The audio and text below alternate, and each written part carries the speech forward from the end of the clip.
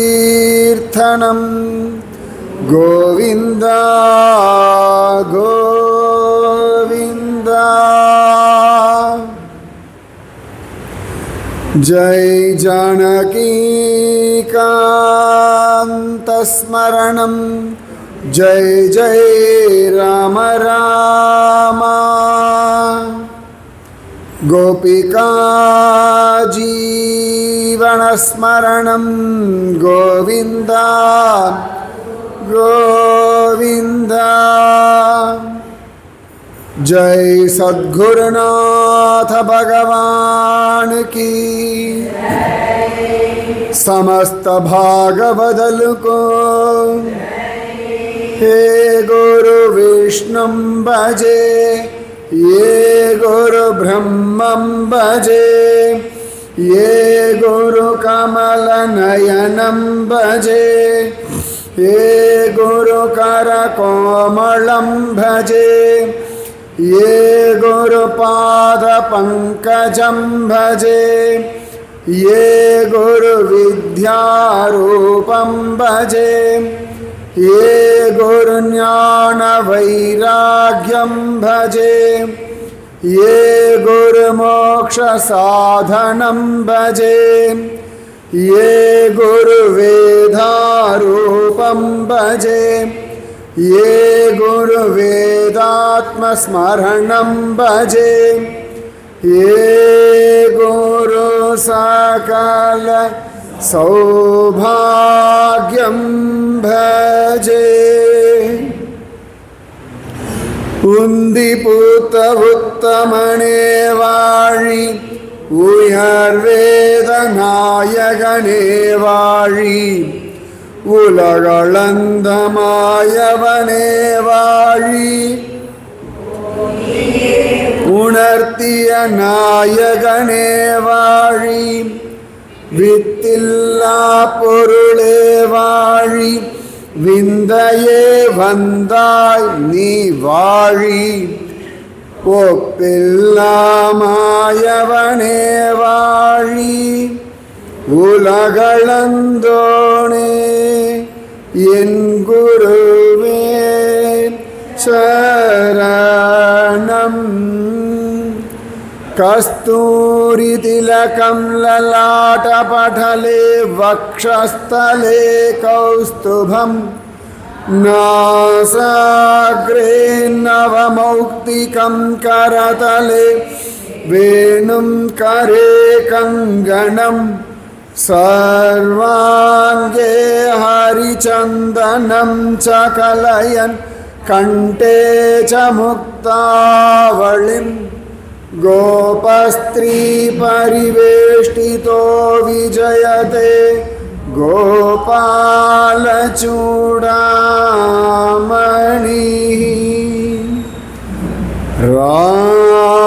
Radhe Krishna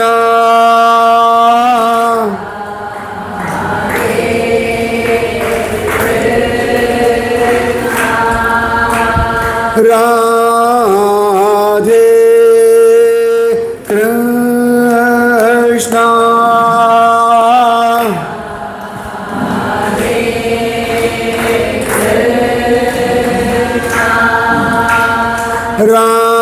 Radhe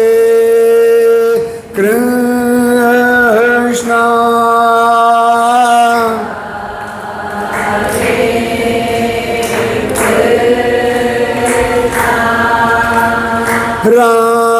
Radhe Krishna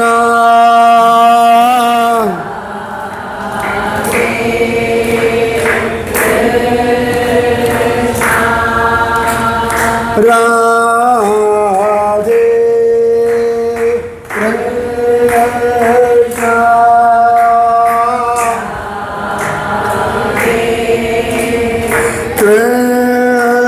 Krishna Radhe Krishna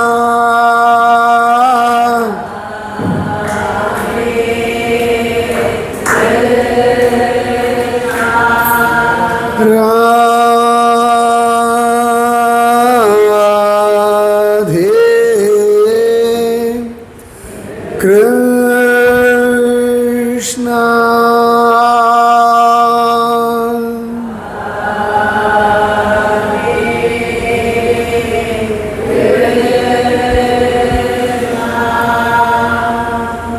Nama Sankirtanam Yasya Sarva Papa Pranashanam Pranamo Dukkha Shamanaha Tam Namami Harim Param Vasudeva Sutam Devam Kamsa Chanura Mardhanam Devaki Paramanandam Krishnam Vande Jagadguru Krishnaya Vasudevaya Devaki Nandanaya Cha Nandagopa Kumaraya Govindaya Namo Namaha கெடுமிடராயவெல்லாம் கேசவாயென்ன நாளும் கொடுவினை செய்யும் கூற்றின் தமர்களும் குறுககில்லா விடமுடை அரவில் பள்ளி விரும்பினான் சுரும்பலற்றும் தடமுடை வயல் அனந்தபுர நகரம் புகுதும் இன்றே இன்று போய் புகுதிராகில் எழுமையும் ஏதம் சாரா குன்றுநேர் மாடம் மாடே குறுந்து சேர் செருந்தி புன்னை மன்றலற்பொழில் அனந்தபுர நகர் மாயன் நாமம் ஒன்றும் ஓர் ஆயிரமாம் உள்ளுவார்க்கு உம்பர் ஊரே ஊரும் புல் கொடியும் அக்தே உலகெல்லாம் உண்டுமிழ்ந்தான் சேரும் தன் அனந்தபுரம் சிக்கன புகுதிராகில் தீரும் நோய் வினைகளெல்லாம் நம் நாமறியச் சொன்னோம் பேரும் ஓர் ஆயிரத்துள் ஒன்று நீர் பேசும் सर्वत्र पद्मनाभनाम संकीर्तनं पद्मनाभा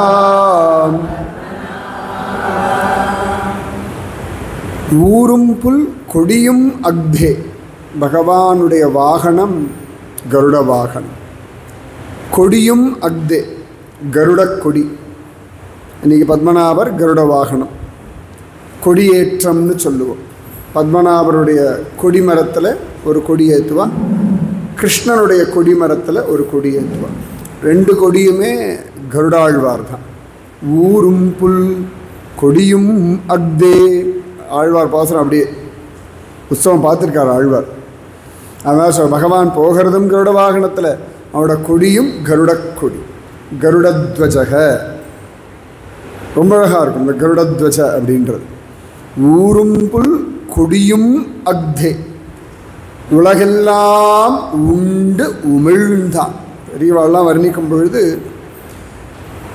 நமக்கு புரிய வைக்கிறதுக்காக பகவானை வர்ணிப்பாள் இந்த சிலந்தி பூச்சி மாதிரின்னு சொல்லுவாள் இந்த சிலந்தி அழகாக ஒரு வலை பின்னும் தன் வாயிலிருந்து உமிழ்நீர் எடுத்து அதுவே அழகாக ஒரு வலை பின்னும் அதில் ஆகாரங்கள் வந்து மாட்டிக்கும் சாப்பிட்டுடும் திரும்பி அந்த வலையை அப்படியே வாய்க்குள்ளே இழுத்துட்டுரும் நம்ம களைச்சி விட்றோம் இல்லாட்டி அது பாட்டுக்கு அழகாக வாயில் இழுத்துக்கும் ஸோ அந்த மாதிரி உலகெல்லாம் உண்டு உமிழ்ந்தான் அவனே சாப்பிட்டான் பிரளய காலத்தில் அவனே சிருஷ்டிக்கும் பொழுது தனக்குள்ளிருந்து சிருஷ்டிக்கிறான் ஊரும் புல் கொடியும் அக்தே உலகெல்லாம் உண்டு உமிழ்ந்தான் அதாவது இப்போ நம்ம உலகத்தில் பார்க்குறோம் பலவிதமான ஜீவராசிகள் அது இல்லாமல் அச்சேதனமான ஜட பிரகிருதி மலை காடு கடல் ஆகாசம் சந்திரன் நட்சத்திரங்கள் சூரியன் மாதிரி நிறைய பார்க்குறோம் இல்லையா இது எல்லாம் சுவாமி வாய்க்குள்ளே போய்டுறது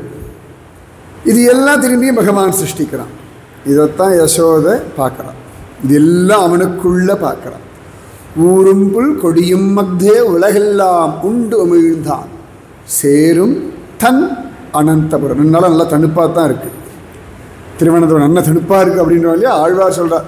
ரொம்ப அழகு. இந்த நம்மாழ்வார் பாசுரங்களில் தான் நிறைய இந்த வார்த்தைகள்லாம் வருது. இன்னைக்கு கேரளாவில் உபயோகப்படுற பல வார்த்தைகள் ஆழ்வார் பாசுரங்கள்லேருந்து தான். ஆனால் அது ஆழ்வார் பாசுரங்கள்னு மலையாளிஸுக்கு தெரியாது, அதான் உண்மை. சேரும் தன் அனந்தபுரம் தனுப்பாக இருக்குது. அப்பா எவ்வளோ தனுப்புன்றோம் இல்லையா. தன் அப்படின்னா குளிர்ச்சி பொருந்திய அப்படின்னு அர்த்தம், குளிர்ந்தான்னு அர்த்தம். அப்படி உலகெல்லாம் உண்டுமிழ்ந்தான் சேரும் தன் அனந்தபுரம். இங்கே படுத்துட்டு இருக்கவன் யாரோ ஒரு ஆள் கிடையாது, யாரோ ஒருத்தர் பண்ணி வச்ச மூர்த்தி கிடையாது. உலகெல்லாம் உண்டு உமிழ்ந்தவன் கருட வாகனன் கருட கொடியோன் அவன் வந்து சேரும் தன் அனந்தபுரம். இப்படி துவாரகையிலேருந்து ஓடி வந்து ஆனர்த்த தேசத்திலேருந்து ஓடி வந்து இங்கே இருக்கக்கூடிய வசத்தியான ஒருவன். அதில் என்னடா ஆழ்வார் நேர பத்மநாபன் சொல்ல, இது எல்லாம் பண்ணவன் சேரும் தன் அனந்தபுரம். முதல்ல அனந்தபுரத்துக்கு தான் மரியாதை, அதுக்கப்புறம் தான் பத்மநாபனுக்கு. இங்கே ஃபஸ்ட்டு ஊருக்கே மரியாதை. சேரும் தன் அனந்தபுரம் சிக்கன புகுதிராகில். அவனே கிடுகிடுன்னு ஓடி வந்திருக்கான்னா நம்மளும் ஓடி தானே வரணும். சிக்கன அவனும் அப்படி சிக்கன்னு தான் உள்ள நுழைஞ்சான். சிக்கன புகுதிராகில் தீரும் நோய் வினைகள் எல்லாம். அவனே ஆசைப்பட்டு ஒரு இடத்துல வந்திருக்கான், செட்டில் ஆகிருக்கான்னா இப்போ ஜாலியாக ஓடி வந்துடணும் இல்லையா. இப்போ அந்த குழந்தைகளெல்லாம் அழிச்சுட்டு எங்கேயாவது டூர்லாம் போகிறோம் வச்சுக்கோங்க. ஜோராக ட்ரெயின்லேயோ பஸ்லேயோ போகிறோம். அப்பா சொல்லுவாங்க உட்காந்துக்கோ, எனக்கு ஓடி போய் உட்காந்துக்கோ, ஜன்னல் ஒரு சீட் என்னோடது தான். அங்கே போய் செட்டில் ஆகி அங்கே என்னத்தை விட்டு என்ஜாய் பண்ணணும். அப்பா அதுக்குள்ளே பேகு எல்லாம் வைப்பா, அதுக்குள்ளே உட்காந்துன்னு கேட்கும் எனக்கு எதாவது ஜூஸை கொண்டா.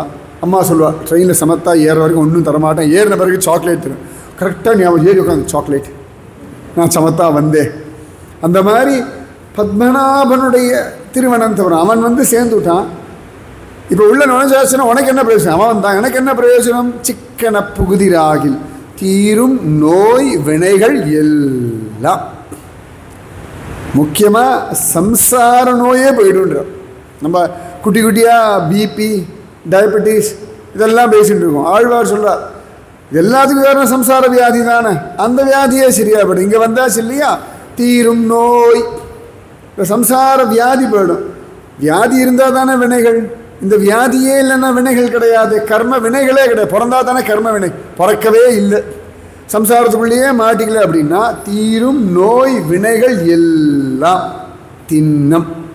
நான் சத்தியம் பண்ணி சொல்கிறேன், கேரண்டியாக சொல்கிறேன், நிச்சயமாக சரியாக போடும். ஆழ்வார் அப்படி ஒரு கேரண்டி கொடுக்குறாரு. இன்றைக்கெல்லாம் நிறைய பேர் இந்த மேனிஃபெஸ்டேஷன் ஒரு வார்த்தையை வச்சுன்னு ஓட்டின்னு இருக்கா. இந்த நிறைய பேர் இந்த என்ன சொல்கிறது பாசிட்டிவாக பேசுகிறவாள்லாம் மேனிஃபெஸ்டேஷன், செல்ஃப் மேனிஃபெஸ்டேஷன். உனக்கு என்ன வேணுமோ அதை நினச்சிக்கோ, அது நிச்சயமாக பவிக்கும், இப்படி எல்லாம் சொல்லுவார்கள். அது வந்து இன்றைக்கி அவ்வளோ பெரிய விஷயமா. இன்றைக்கி நிறைய பேர் இந்த மேனிஃபெஸ்டேஷன் ட்ரைனிங்னே உண்டு. இன்றைக்கெல்லாம் நல்ல பெரிய சக்ஸஸ்ஃபுல்லானவாள்லாம் பேட்டி எடுத்து வச்சவங்களேன், இல்லை நான் மேனிஃபெஸ்ட் பண்ணேன், எனக்கு இந்த மாதிரி நடக்கணும், இந்த மாதிரி வேணும்னு நான் மேனிஃபெஸ்ட் பண்ணேன், அது எல்லாம் நடந்திருக்குன்னு சொல்லுவாள். சிம்பிள். யத்பாவம் தத் பவதி. இதுதான் மேனிஃபெஸ்டேஷன், வேறு ஒன்றும் கிடையாது. இவ்வளோதான். எதை பாவிக்கிறாயோ அது பவிக்கும். அவ்வளோ பவர்ஃபுல் மைண்டு. அது மேனிஃபெஸ்டேஷன் இப்படி டெக்னிக்கலாக சொல்லி பணம் வாங்கிட்டு இருக்கா. யத்பாவம் தத் பவதி. நான் நன்னா இருக்கேன், நான் சௌக்கியமாக இருக்கேன், நான் திருப்தியாக இருக்கேன், நான் நிம்மதியாக இருக்கேன், நான் குறை ஒன்றும் இல்லாமல் இருக்கேன், நீங்காத செல்வம் நிறைஞ்சிருக்கு, அபாடான் இருக்கேன். சும்மா சொல்லிகிட்டே வாங்கல. இந்த மேனிஃபெஸ்டேஷனே உங்களை சரி பண்ணிடும். ஒரு மாதம் டைட்டாக வேலை இருக்குது, இன்னும் எங்கேயும் வெளிலலாம் போக முடியாது சொல்லி பாருங்கள். ஒரு மாதம் டைட்டாகவே வேலை இருக்கும். ஒன்று அங்கே இங்கே நகரவே முடியாது, அணங்கவே முடியாது. அதெல்லாம் நடக்கும், எல்லாம் தானாக நடக்கும். நான் பாட்டுக்கு எல்லாம் போயிட்டு யாத்திரையெல்லாம் போயிட்டு வருவேன் அப்படின்னா அது பாட்டுக்கு நடக்கும். ஏன்னா நீங்கள் மென்டலி எதுக்கு ப்ரிப்பேர் ஆகிறீங்களோ அது நடக்கும். சில விஷயம் மென்டலி ப்ரிப்பேர் ஆகலையே அதுவாக நடக்கிறது அப்படின்னா அது நடந்தாலும் கூட உங்களுடைய எந்த விதமான ரொட்டீனும் டிஸ்டர்ப் ஆகாமல் வாழ முடியும். சிம்பிள். மென்டலி உங்களுக்கு என்ன வேணுமோ அதுலேயே திரும்ப திரும்ப திரும்ப திரும்ப ஃபோக்கஸ் பண்ணணும். சத்சங்கம் எதுக்கு அப்படின்னா இந்த மேனிஃபெஸ்டேஷன் சொல்லி கொடுக்கறதுக்கு தான். இப்போ பகவத் விஷயம் சொல்கிறவன் நேற்று எல்லாம் கிருஷ்ணலீலா சொல்கிறோம். கிருஷ்ணன் ஸ்கேட்டிங் பண்ணிட்டு போனான்னு சொன்னேன். உடனே கடகடன்னு ஒரு மாட்டு கீழே கிருஷ்ணன் சர்ன்னு போகிற மாதிரி தெரிகிறது இல்லையா? தெய்வம் இப்படி லீலை பண்ணித்துன்னு முதல் தடவையாக கேட்குறது. இது வரைக்கும் எங்கேயும் பார்த்ததே கிடையாது. பகவான் ஸ்கேட்டிங் பண்ணிட்டு மாட்டு கீழே போனான் அப்படின்னு அப்படி கேட்கும் பொழுது, கேட்டு ஒரு மணி நேரம் 2 மணி நேரம் கழித்து காட்சி வரல, கேட்கும் பொழுதே வருது இல்லையா? So powerful. உங்கள் மனதுக்கு பலம் எக்ஸ்ட்ராடினரி. அது என்ன பிரச்சனைன்னா, எப்போ பார்த்தாலும் கவலைகள், பிரச்சனைகள், வியாதிகள், கஷ்டங்கள். இதை சின்சியராக மார்னிங் டு நைட் திங்க் பண்ணிகிட்டே இருக்கு, நான் ஸ்டாப்பாக. அது நல்லது நினைக்கிறது டெய்லி 1% நினச்சா அதுவே அகோபாகியம். 99% தேவையில்லாத கவலைகள், பயம், குழப்பம், சந்தேகம், ஏமாற்றம், இதையே ஓட்டின்னு இருக்க. அதில் உழண்டுன்னு இருக்கா. உழன்று திரிந்த என்னை உத்தமனாக்கி வைத்தார். உழண்டுட்டே இருக்கும் இல்லையா? அதுலேருந்து எடுத்து போடுறதுக்காக தான் அந்த சத் சங்கம். பரீட்சித் மகாராஜா 7 நாளில் மரணம்னு தெரியறது. உடனே பார்த்தான், இல்லை எனக்கு தான் சத் விஷயத்தை கேட்கணும், 7 நாள் உருப்படியாக யூஸ் பண்ணணும், நல்ல கதி அடையணும் நினச்சுட்டான். உடனே கடகடகடன் ஐடியா கிடைக்கிறது. ஜனமேஜயனுக்கு பட்டாபிஷேகம் பண்ணி வச்சுட்டான். நேர கங்கை கரைக்கு வந்தான், உட்காந்து விட்டான். ரிஷிகள் எல்லாம் தேடின்னு வந்துட்டான். அவன் மேனிஃபெஸ்ட் பண்ணிட்டான், எனக்கு நல்லது வேணும் 7 நாள் அப்படின்னு. சுகபிரம்மம் தேடிண்டு வந்து உட்காந்து பாகவதம் சொல்கிறான். 7 நாள் வேறு ஒரு யோசனையுமே இல்லாமல், டைமே இல்லை, இன்னும் 7 நாள் தான் இருக்க போகிறேன், என்னத்த டைம் இருக்கும், இதை பார்க்கணும், அதை பார்க்கணும், அவாக்கிட்ட சொல்லணும், குழந்தைக்கு புரிய வைக்கணும், அவனுக்கு இன்னும் மெச்சூரிட்டி வரல, நம்மளாக தான் இதான் பண்ணியிருக்கோம். அவனுக்கு என்ன தெரியும், பாவம் எல்லாம் இருக்கான். பட் இன்னும் கொஞ்சம் ஸ்ரத்த வந்தால் தேவையில்லை. எந்த அப்பா அம்மாவுக்கும் தன் பிள்ளை ஒழுங்காக இருக்கான், பொண்ணு ஒழுங்காக இருக்கான்னு திருப்தியே வராது. அது வந்துடுதுன்னா அதிசயம். அவ்வளோ பெரிய நம்பிக்கை நமக்கு சுவாமிக்கிட்டே இன்னும் வரல, பசங்ககிட்டே வந்துட போகிறது நிச்சயமாக வராது. கொஞ்சம் விட்டு விட்டுருங்க, வா பார்த்துப்பா, அவ்வளோதான். எல்லா விஷயங்கள்லையுமே யோசிச்சுட்டு இருக்க வேண்டாம். இவ்வளோ நாள் நான் வளர்த்துட்டேன், இவ்வளோ நாள் இந்த ராஜ்யத்தை நான் பரிபாலனம் பண்ணிட்டேன், இனிமேல் அவன் பார்த்துப்பான், நான் போய் சத்கதி அடையிற வழியை பார்க்குறேன்னு போய் உட்காந்தான். 7 நாள் ஸ்ரீமத் பாகவதம் கேட்டான். அப்படியே கிருஷ்ணனையே நினச்சிட்டு இருந்தால் ஜம்முன்னு கிளம்பி போயிட்டான். ஸோ உங்களுக்கு என்ன வேணும் லைஃப்பில்? என்ன வேணும்? ஆரோக்கியம் வேணும், நிம்மதி வேணும், சந்தோஷம் வேணும், திருப்தி வேணும், அழகாக பகவத் தரிசனம் பண்ணணும், ஜாலியாக நிம்மதியாக இருக்கணும், அனாயச மரணம் வேணும். இவ்வளோ தானே. இருக்கிற வரைக்கும் ஹெல்த்தியாக இருக்கணும். ஒரு 5-6 விஷயம் தானே.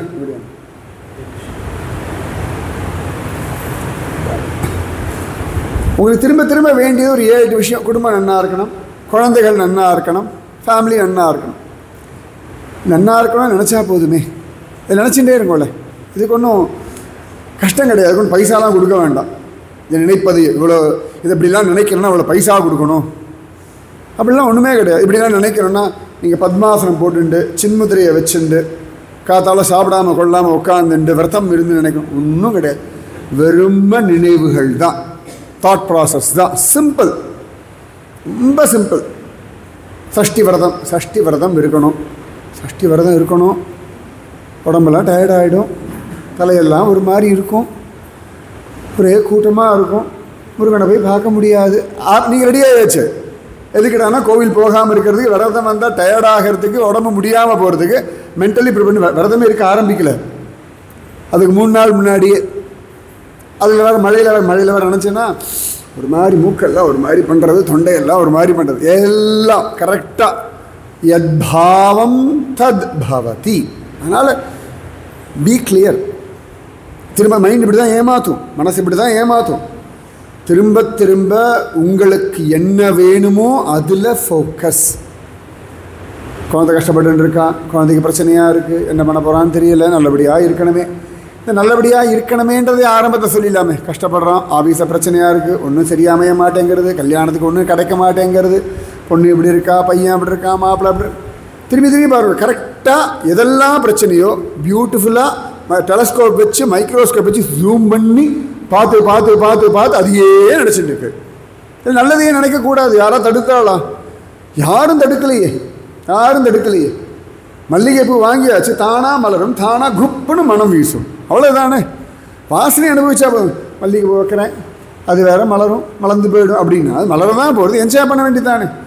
மனசு திரும்ப திரும்ப உங்களுக்கு என்ன வேணுமோ அதெல்லாம் ஃபோக்கஸ். பிரகலாதன் பாருங்கள் ஒரு இடத்துல கூட நெகட்டிவாக ஃபோக்கஸ் பண்ணதே கிடையாது. பிரகலாத சரித்திரம் வாசிச்சு பாருங்கள், பாகவதம். நான் திரும்ப திரும்ப சொல்கிறேன், பிபத பாகவதம். அதில் உங்களுக்கு என்ன இருக்குன்னு கவனிங்க. அது பாகவதம் வசதி, நோ டவுட். ஒவ்வொரு ஸ்லோகமும் சிரேஷ்டம், கன்ஃபார்ம்டா, நிச்சயமாக மோட்ச கிரந்தம், ப்ரூவ் ஆகிடுது. சுக்கபிரம்மம் தான் சொன்னார், எழுதினது வேத வியாசர் தான், எழுத சொன்னது நாரத மகரிஷி தான், கேட்டது பரீட்சித் மகாராஜன் தான், சூத பௌராணிகர் தான் சொன்னார், சௌனகாதி ரிஷிகள் தான் கேட்டா. அவ்வளோ பெரிய கிரந்தம். இனிமேல் அது நமக்கு ப்ரூவ் ஆகணும். நமக்கு என்ன வேணும் அதிலிருந்து, அதில் கவனம் வைங்க. திரும்ப திரும்ப கிருஷ்ணனை அனுபவிக்கணும். கோபிகள்லாம் கிருஷ்ணனை விட்டுட்டா, கிருஷ்ணா வேணும்னு பிரார்த்திச்சுண்டு கதறி அழுதா. திரும்பி கண்ணன் வந்தானா இல்லையா, அதே ராத்திரியில் திரும்பி வந்தான், கண்ணன் அனுபவிச்சா. அவன் போயிட்டான், இனிமேல் எங்கே வரப்போகிறான், எனக்கெல்லாம் வரமாட்டான், சரி வீட்டுக்கு போகலாம் அப்படின்னா வீட்டுக்கு போயிருப்பான், கண்ணன் வந்திருக்க மாட்டான். ஃபோக்கஸ் அதெல்லாம் கிடையாது, விட்டுட்டோம். திரும்பி பிடிப்பேன், வருவான், கிருப்பை பண்ணுவான், ராசம் ஆடுவான், ஆடி காட்டினான் சுவாமி. திரும்ப திரும்ப இதுதான். கம்சன் எடுத்துக்கோங்க, எல்லாம் கிருஷ்ணாவே நினச்சி பூதனை அனுப்பிட்டான், கொண்டுட்டான். ஒவ்வொருத்தரையும் அனுப்பி கொண்டுட்டான். ஒரு நாள் என்னையும் கொல்ல போகிறான், வந்து கொன்னான். கரெக்டாக அவன் ஆசைப்பட்டபடியே வந்து கொன்னான். இவ்வளவுதான்.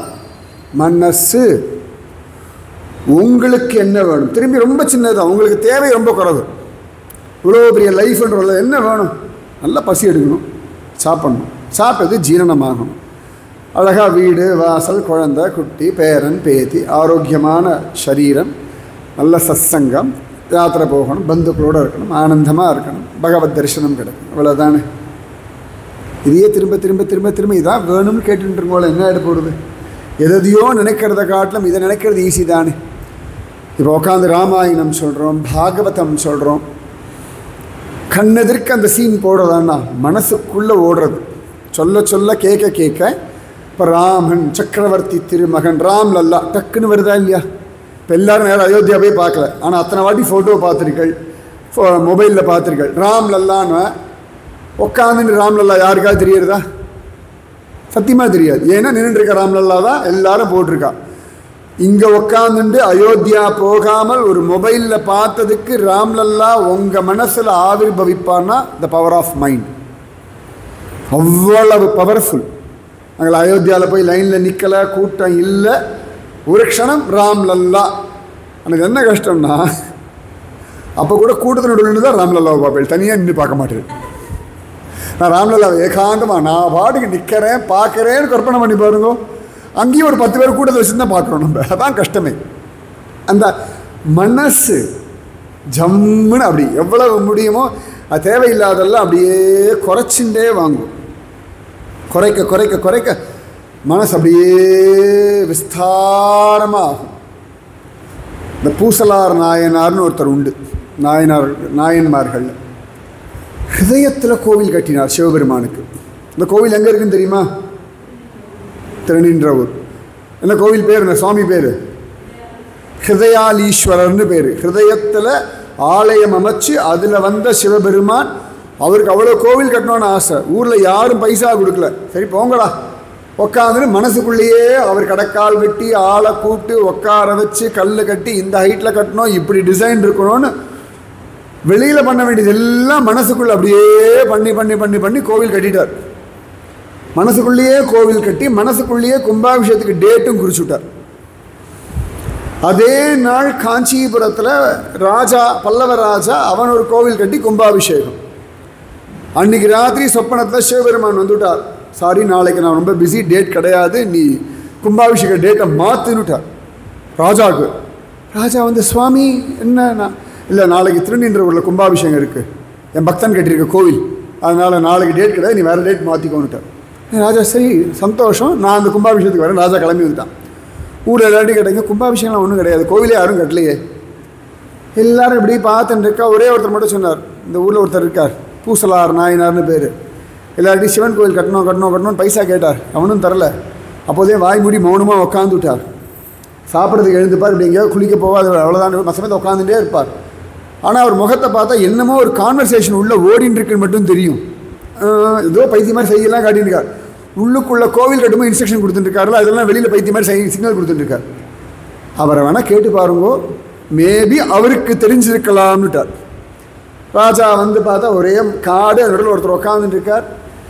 இந்த மாதிரி நான் கேட்டேன், இந்த எங்கேயாவது கோவில் இருக்கா? பூசலார் நாயனார் அழறார். அப்படியா? சிவபெருமான் சொன்னாரா? அப்படியா? அந்த கோவிலில் கும்பாபிஷேகம்னாரா? ஆமாம். எங்கே கோவில்னார்? என் மனசுக்குள்ளே இருக்கிற கோவில், நாளைக்கு கும்பாபிஷேகம்னார்.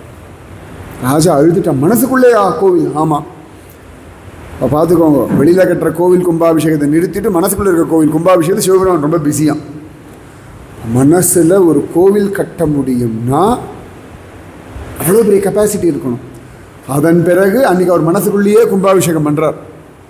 அதன் பிறகு ராஜா அவர்கிட்ட என்ன டிசைன்னு கேட்டு, இந்த கர்ப்பகிரகம் எப்படி இருக்கணும், மாடக்கோவிலா என்ன, மதில் சுவர் எப்படி இருக்கணும், மூர்த்தி எப்படி இருக்கணும், எல்லாம் கேட்டு கேட்டு கேட்டு அதன்படி அந்த கோவிலை கட்டினான். அதான் ஹிருதயாலீஸ்வரர் கோவில்னு பேர். திருநின்றவூர் திவ்ய தேசம் பக்தவத்சல பெருமாள் கோவில்லேருந்து ஒரு 100 மீட்டர் நடந்தால் இந்த கோவில் வந்து எல்லாரும் பக்தவசலனை போய் பார்த்துருவா. என்னை பெற்ற தாயார் பக்தவசலம். அங்கேருந்து கொஞ்சம் தூரம் அப்படி ஆப்போசிட் நடந்து ரைட்டில் திரும்பினா ஹிருதயாலீஸ்வரர் கோவில். அவ்வளவு சிரேஷ்டம். அப்போ மனசு எக்ஸ்ட்ராடினரி கெப்பாசிட்டி, எக்ஸ்ட்ராடினரி. அவங்களால லிமிட்ஸே கிடையாது. உங்கள் மனசுக்கு லிமிட்ஸே கிடையாது. அயோத்தியாவில் ராமர் கோவில் கட்டணும் கட்டணும் கட்டணும் கட்டணும்னு நினச்சிருந்தானே இருந்தோம். ஜம்முன்னு கட்டியாச்சு. அவ்வளோ பெருசு பிரம்மாண்டமாக, நிஜமாவே அத்தனை அற்புதமான ஒரு கோவில். அவ்வளோ பெருசு சுவாமி கட்டி வச்சுட்டான். ஏன்னா நான் பக்தாளுக்காக கட்டி வச்சுருக்கான். இந்த மேனிஃபெஸ்டேஷன் திரும்பி தான் யத்பாவம். பத்மநாபர் இப்படி அழகாக அந்த ஸ்ரீவேலிப்புறால வரார். எப்படி நம்ம கட்டணுமா? ஒரு காலகட்டத்தில் அனிழம் திருநாள் தானே கட்டினார். கன்ஃபார்மா? ஸ்ரீவேலிபுரம் அவர் தான் கட்டினாரா? பத்மநாபா, நீ மழையில் நனையிறியே, நாங்கள்லாம் சௌகரியமாக இருக்கோமே, மழை இல்லாமல் நீ போகணும், நீ அனுகிரகம் பண்ணு, 6 மாதத்தில் உனக்கு ஒரு ஸ்ரீவேலிபுரா கட்டுறேன்னு 6 மாதத்தில் கட்டின ஸ்ரீவேலிபுரம். அதுக்கப்புறம் அதை யாரும் ஒன்றும் பெரிய ரெனோவேஷன்லாம் பண்ணவே இல்லை, அப்படியே தான் இருக்கு இன்னி வரைக்கும். பத்மநாபன் ராயலாக அதில் ஒரு 6 மாதத்தில் ஒரு ஸ்ரீவேலிபுரா கட்டி பத்மநாபனுக்கு சமர்ப்பணம். அடுத்த உற்சவம் இந்த ஸ்ரீவேலிபுராவில் சுவாமி வரணும்னு வரார். முடிஞ்சாச்சு, ஆனால் க்ளீன் பண்ணலை. அப்போ கூட ராஜா சொல்ல, க்ளீன் பண்ணிவிடுங்கோ உற்சவத்துக்குன்னு. ராஜா அதெல்லாம் முடியாது, ஏதோ பண்ணியாச்சு, இதுக்கு க்ளீனிங்லாம் நிறைய டைம் எடுக்கும், பல வாரங்கள் ஆகும். ஏன்னா ஃபுல்லாக தட்டி தட்டி தட்டி தட்டி தட்டி ஃபுல்லாக குட்டி குட்டி குட்டி சில்லி சில்லி கல்லாக இருக்குது. அப்படியா? ஆனால் அவருக்கு ஒரே ஆசை, பத்மநாபன் இந்த ஸ்ரீவேலிபுராவில் இந்த உற்சவத்தில் வந்துடணும்னு ஒரு சங்கல்பம். யத்பாவம் தத்பவதி. ராஜா சுவாமியெல்லாம் தரிசனம் பண்ணிட்டு, பத்மநாபா இதை க்ளீன் பண்ண என்ன பண்ணுறது, இவ்வளோ தூரம் எல்லாம் பண்ணியாச்சு. பத்மநாபன் க்ளீன் பண்ண, ஏன் யாரையோ கூப்பிட்ற, நீ ஆரம்பின்னு விட்டார். எதுக்கு 10 பேரை கூப்பிட்ற? உடனே ராஜா தோளில் இருக்க துண்டை எடுத்தார், ஒவ்வொரு கல்லாக எடுத்து போட்டார். உடனே மந்திரி, சேவகன், தளபதி, ஊரில் இருக்க ஜனங்கள் எல்லாரும் வந்தால் கட கட கட கட கட கடன் க்ளீன் ஆகிடுது. அடுத்த நாள் பத்மநாபன் ஜம்முன்னு அப்படி வந்தான். மனசு மனசு எந்த வேணாலும் கடாக்க கொடுத்துரும் மனசு. இந்திரியானாம் மனச்சாஸ்மி, இந்திரியங்களுள் நான் மனதாக இருக்கிறேன். என்ன வேணுமோ கேளுங்கோ, கேளுங்க, தப்பே கிடையாது. தப்பாக இருந்தால் பகவானே அது வேண்டான்னு திருத்தி கொடுப்பான். இது ஒரு ப்ராசஸ், இப்படி போயிட்டே இருக்கும். வாழ்க்கையில் எவ்வளவோ விஷயங்கள் கேட்டீர்கள், நடந்தது. எத்தனையோ பேர் நினச்சிருப்பேன், இந்த ராதா கிருஷ்ணா இது எங்கே கிடைக்கிறது, இந்த ராதா விஷயம் எங்கே கிடைக்கிறது, பாகவத்தில் இல்லை. ராதா கல்யாணம் அட்டன் பண்ணிகிட்டே இருக்கும், ஒன்றும் தெரியலையே. எப்பயோ எவ்வளோ நாளாக நினச்சதுக்கு இப்போ 2-3 நாளாக ராதா கிருஷ்ண விவாகம் இவ்வளோ டீட்டெயில்டாக அனுபவிச்சுட்டு இருக்கோம்னா, எங்கேயோ எப்பயோ கேட்டதெல்லாம் பகவான் ஞாபகம் வச்சுட்டு இந்த இடத்துல இப்படி ஒரு கர்க்க சம்ஹிதைன்னு சொல்ல வைக்கிறோம். அப்போ மனசு, இந்த மனசில் என்ன சொல்கிறோமோ அதெல்லாம் கண் முன்னாடி காட்சியாக அப்படி ஓடின்னு இருக்கும். அந்த மனசை திரும்ப திரும்ப உங்களுக்கு ஏற்றாற வேண்டிய விஷயங்களை வாங்கிக்கோங்க. ஒரு கல்பக விருட்சம் போலே மனசு, காமதேனு பசு போலே மனசு. மற்றதெல்லாம் விட்டுடுங்க. உங்கள் ஏஜ், உங்கள் குடும்ப சூழ்நிலை, உங்கள் உடம்போட ஸ்திதி, இது எல்லாம் ஓரம் தள்ளி வச்சுடுங்க. பீஷ்மர் அம்பு படுக்கையில் விழுந்துட்டார். இச்சாமிருத்தி அப்பயே கிளம்பி போயிருக்கலாம். நான் கிளம்பும் பொழுது சுவாமி நிற்கணும், கிருஷ்ணன் நிற்கணும்னு நினச்சார். அவ்வளவு அழகாக உத்தரையனுடைய பிரார்த்தனை அஸ்திவாரமாக கொண்டு கிளம்பின கண்ணன் நின்றுட்டானா இல்லையா? பீஷ்மருக்காக வந்து நின்று அவர் அவர் அனுப்பிட்டு அப்புறம் சுவாமி கிளம்புறான். அதான் அப்போ இந்த மனசுக்கு அப்படி ஒரு பலம் உண்டு. திரும்ப திரும்ப மற்றவாளுடைய விஷயங்கள், மற்றவாளுடைய செய்கைகள், இதில் உங்கள் எனர்ஜியை வேஸ்ட் பண்ணாதீங்க. யாராவது சரியில்லைன்னா அவள் ஒன்றும் சரியில்லை தெரியுமா, எவ்வளோ மோசம் தெரியுமா, எவ்வளோ பொய் சொல்கிறா தெரியுமா, என்ன கள்ளத்தனம் பண்ணுறா தெரியுமா, அதான் தெரியறதே. அதுக்கு ஏன் விலை கொடுத்து அதில் போய் எவ்வளோ எனர்ஜி தெரியுமா போயின்னு இருக்கு. நல்லா கவனித்து பாருங்க. சினிமாவால் நமக்கு ஏதான ஒரு பிரயோஜனம் இருக்குது சொல்லுங்க. ஆனால் அவளுக்கு எவ்வளோ பிரயோஜனம் இருக்குது பாருங்க. அவன் கோடீஸ்வரன் ஆகிட்டே இருக்கான், நம்ம என்டர்டெயின்மெண்ட் நம்ம சொல்லிகிட்டு இருக்கோம். அவன் சௌகரியமாக செட்டில் ஆகிட்டு கோடி கோடியாக சம்பாதிச்சுட்டே இருக்கான். நமக்கு பணத்தையும் கொடுத்து நேரத்தையும் கொடுத்து நம்ம எனர்ஜியும் கொடுத்துட்டு அதை மைண்டில் ஏற்றினு அமக்கலாம் என்ன அப்படின்னு சொல்லி அடுத்தவாகிட்டையும் சொல்லிட்டு இது ஏதான ஒரு பைசா நமக்கு லாபம் இருக்கா? பிள்ளையார் அவர் சொல்ல முடியாதுக்கெல்லாம் மணி அடிச்சு ஓகே பண்ணிட்டு இருக்கார். எவ்வளவு எனர்ஜி போகிறது பாருங்க. இந்த மாதிரி எவ்வளவோ விஷயங்கள் நம்மளோட எனர்ஜி, நம்மளுடைய எமோஷன் ரொம்ப பவர்ஃபுல். இந்த எமோஷன்ஸ்லாம் நமக்கு யூஸ் ஆகலை. அவள் முகத்தில் முழிக்க மாட்டேன், வீட்டு வாசப்படியை மிதிக்க மாட்டேன், இனிமேல் உங்ககிட்ட பேசின நம்ம எமோஷன்ஸ்லாம் நமக்கு இப்படி பிரச்சனையை தான் கொடுத்துருக்கு. அதே நம்ம எமோஷன் மற்றவங்களுக்கு பைசாவை கொடுத்துருக்கு.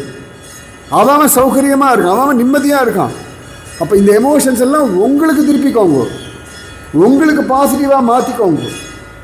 அவ்வளவு சிரேஷ்டம். இப்போ பகுலாஸ்வர ராஜா அப்படி தான் நாரதர்கிட்ட கேட்குறேன், எனக்கு கிருஷ்ணன் வேணும், நான் கதையை சொல்லுங்க கேட்குறேன்னு இருக்கான். அதில் தான் அவ்வளோ அழகாக நம்ம இவ்வளோ ஒரு 3-4 நாளாக இந்த கோலோக கண்டம் அதை அனுபவித்தோம். கர்க சம்ஹிதையில் பகவான் கோலோகத்திலேருந்து எப்படி இறங்கி வரான், என்னெல்லாம் பண்ணான், எப்படி பிறந்தான், அசுரர்களை எப்படி வதம் பண்ணான், ராதா கல்யாண வைபோகம், இது எல்லாம் அழகாக அனுபவித்தோம். ஒவ்வொன்றத்தையும் அனுபவித்து ஜோரா பகவான் எப்படி நலக்கூபரன் மணிகிரீவனுக்கு அனுகிரகம் பண்ணான், இத்தனையும் பார்த்தோம். திரும்ப அதே தான்.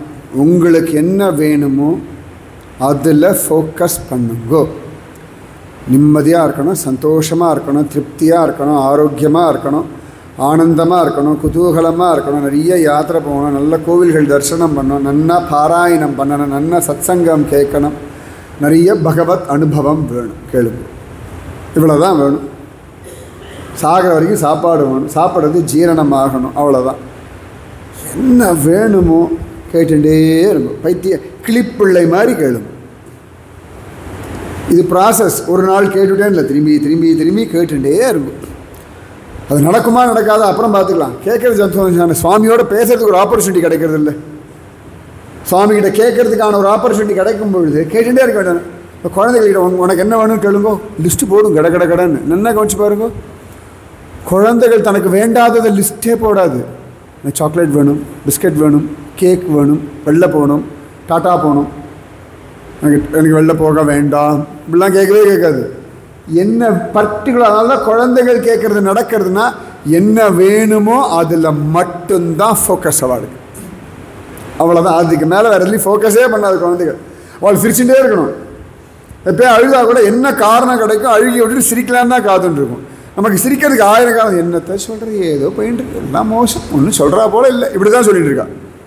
நிறைய பேர் நான் பார்த்துருக்கேன். அது பர்டிகுலர் திருவாண்டரத்தில் நன்னா இருக்கு, சௌக்கியமாக இருக்கு, அப்படி சிரிச்சுன்னு சொல்கிறதுக்கு ஆள் கிடையாது.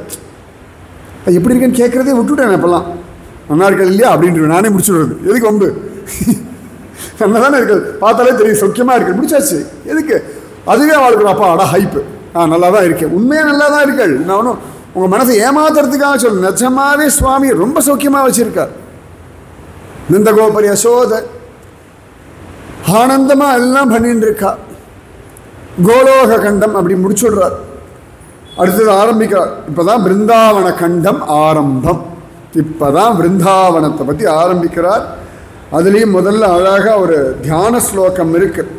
கிருஷ்ணா தீரே கோகிலா கேலி கீரே குஞ்சா புஞ்சே தேவ புஷ்பாதி குஞ்சே கம்புக்ரீவௌ க்ஷிப்த பாஹு சலந்தௌ ராதா கிருஷ்ணௌ மங்களம் மே பவேதாம்.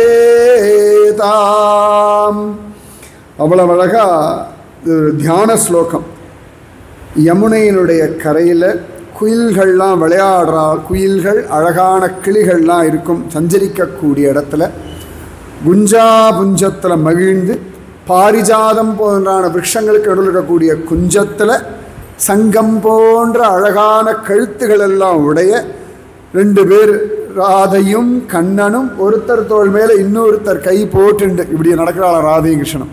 கிருஷ்ணன் தோள் மேலே ராதா, கிருஷ்ணா வாடா அப்படின்னு, ஆமாண்டி ராதா அப்படின்னு இவன் கையை போட்டு, இந்த குழந்தைகள்லாம் தோள் மேலே கை போட்டு நடக்கும் இல்லையா, அந்த மாதிரி தோள் மேலே கை போட்டு நடக்கக்கூடிய அந்த ராதா கிருஷ்ணன் எனக்கு மங்களமயமாகட்டும்னு பிரார்த்தனை எப்பொழுதும். இந்த ஸ்லோகம் கவனிச்சு அப்போ சொல்லும் பொழுதே ராதையும் கிருஷ்ணனும் தோள் மேலே கையை போட்டுட்டு நிக்குஞ்சத்துக்குள்ளே இருக்கான்னு ஃபீல் வருதா? அழகா யமுனா தீரம், நல்ல கொடி வீடுகள். நிக்குஞ்சம்னா கொடி வீடு. அழகாக பாரிஜாத புஷ்பம் எல்லாம் பூத்திருக்கு, அது கீழே விழுந்திருக்கு. நல்லா குயில்கள்லாம் கூவின்றிருக்கு, கிளிகள்லாம் பேசின்றிருக்கு. ரொம்ப அழகான தீரம். இதில் ஜோரான ராதையும் கிருஷ்ணனும் சங்கு போன்ற கழுத்து 2 பேரும் பிரசன்னவதனமாக இருக்கா. ஒருத்தர் தோள் மேலே இன்னொருத்தர் கையை போட்டு இப்படி நடக்கிறா. இந்த ராதையும் கிருஷ்ணனும் எனக்கு மங்களமயமாகட்டும். சிம்பிள் தானே. யாராவது இப்போ யமுனா தீரம் போனோமா? இல்லாடி இதுக்கு முன்னாடி எல்லாரும் 1008 தடவை ராதே கிருஷ்ணா ஜபிக்கணும்னு ஏதாவது சொன்னா? ஒன்றுமே சொல்லலையே. இந்த சீன், இந்த ஸ்லோகம், இதோட எக்ஸ்பிளனேஷன் நெக்ஸ்ட் மொமெண்ட் சொல்ல சொல்ல சொல்ல சொல்ல மனசில் வருது இன்ஸ்டன்டேனியஸாக. இந்த இன்டர்நெட்டில் கூட கொஞ்சம் பஃபரிங் லேட் ஆகும், சைன்னு இப்படி சுற்றி. இப்போ லைவ் போட்டோம்னா ஒரு 30 செகண்ட், 1 நிமிஷம் கொஞ்சம் பின்னாடி வரும். அப்படி கொஞ்சம் ஒரு ஒரு மனசு அப்படி இல்லை பாருங்கோ, இன்ஸ்டன்டேனியஸாக இங்கே விழறது இங்கே தெரியாது. அது என்ன அழகுன்னா நீங்கள் பார்க்குறது, அதாவது உங்கள் கண் எதிர்க்க அது நடக்கலை, ஆனால் மனசுக்குள்ளே இது தெரியுது. இந்த பர்சானால ஒரு கோவில் உண்டு, மோர் குட்டீர்னு பேர், இல்லாட்டி மயூர் குட்டீர்னு சொல்லுவாள். மயூர்னா மயில். ராதிகா ராணி ஒரு சந்தர்ப்பத்தில் கோச்சுட்டு போய் அங்கே உட்கார, கர்க சமீதியில் பின்னாடி இது வருது. இப்போ ஜஸ்ட் விஷயத்தை சொல்ல, மனசனுடைய விஷயத்துக்காக. அழகா அங்கே போய் உட்காந்துடுறா. கிருஷ்ணன் வந்து அவளை சமாதானப்படுத்துகிறான். சமாதானமாக மாட்டேங்கிற. அப்புறம் அங்கே நிறைய மயில்கள்லாம் வருது. கண்ணன் மயில் மாதிரி வேஷம் போட்டு மயிலாட்டம் ஆடுறான் கண்ணன். ராதாராணி சந்தோஷமாகி 2 பேருமா சேர்ந்து மயிலாட்டம் ஆடுறான். ரொம்ப அழகாக ஆடுறான். இதுதான் அந்த இடத்தினுடைய லீலை, மயிலாட்டம். ராதையும் கண்ணனும் மயிலாட்டம் ஆடுகின்றார்கள். இந்த நிதிவனம்னு ஒன்று உண்டு பிருந்தாவனத்தில். அந்த நிதிவனம் எல்லாம் வந்து ஹரிதாஸ் கிரி மகராஜ்னு ஒருத்தர் உண்டு. ஹரிதாஸ் கிரி நிறைய பேர் உண்டு. ஹரிதாஸ், அங்கே நிறைய ஹரிதாசர்கள் உண்டு பிருந்தாவனத்தில். இந்த தான்சேன்லாம் இருந்தான் இல்லையா, அவனுடைய குரு ஹரிதாஸ். அந்த மகராஜ் அவர் வந்து நன்னா வீணை வச்சுன்னு எப்பொழுதும் பாடிண்டே இருப்பார். அவருடைய சிஷ்யர்கள் கூட்டத்தில் பின்னாடி வந்த ஒருத்தர் பிறவியிலேயே கண் தெரியாதவர், சூர்தாசர் போல. அவருக்கு இந்த ராதா கிருஷ்ண விஷயங்கள் கேட்டு கேட்டு கேட்டு கேட்டு தியானம். இப்போ அவர் என்ன பண்ணுறாருன்னா, அவருக்கு என்னமோ தெரியல, இந்த மோர் குட்டீரில் போய் தபஸ் பண்ணணும்னு ஆசை. அங்கே போய் உட்காந்து தபஸ் பண்ணுறார். ராதையும் கிருஷ்ணனும் மயிலாட்டம். கண்ணே பிறவிலேயே கண்ணு தெரியாதவர் எப்படி மயிலை யோசிக்க முடியும்? யோசனை பண்ணி பாருங்க. மயிலோட கலர்ஸோ, மயிலோட டிசைனோ, மயிலோட சைஸோ, கண்ணு காது மூக்கே டிசைன் தெரியாது. ஓகே, தடவி பார்க்கலாம் ஓரளவுக்கு ஒழிய, பட் கண்ணால் பார்க்குற இந்த ரூப லாவண்யத்தை உங்களுக்கு மனக்கண்ணால் தெரியறது அப்படின்னா நீங்கள் ஏற்கனவே இந்த அனுபவங்கள்லாம் பார்த்ததுனாலே ஓரளவுக்கு ஒரு அனுமானிக்க முடியறது. இப்படி எல்லாம் ஒரு ரூபம் கிடைக்கிறது. கண்ணே தெரியாதவாளுக்கு பிறவிலேருந்து டார்க், அவளுக்கு தெரிஞ்ச ஒரே கலர் பிளாக் மட்டும்தான், அவ்வளோதான். வேறு ஒன்றுமே தெரியாது. அங்கே ஒயிட்டே தெரியாது, வெளிச்சமே தெரியாது. இப்போ நம்ம நன்னா தூங்கின்னு இருக்கோம், கண்ணை மூடின்னு இருக்கோம், ஆனால் லைட்டை போட்டா அப்படின்னு கண்ணு மூடின்னு தான் இருக்கான், ஆனால் அந்த வெளிச்சம் தெரியாது. அவளுக்கு அதெல்லாம் கிடையாது. சூரியனே எதிர்க்க நின்னாலும் கண்ணை கூசுறதுன்னு சொல்ல முடியாது. இவ்வளோதான் அவள் ஸ்திதி.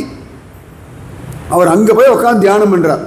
இந்த ராதாகிருஷ்ண லீலையே நினச்சி நினச்சி நினச்சி நினச்சி தியானம் பண்ண ஒரு நாள் அவருக்கு பிரத்யக்ஷமாக ராதாகிருஷ்ண மயிலாட்ட தரிசனம் கிடைக்கிறது. அந்த பக்தருக்கு கிடைச்சதை வரைகிறார் அவர். இவ்வளோதான் அந்த ஃபோட்டோ இருக்குது, சின்னதாக. வரைகிறார்.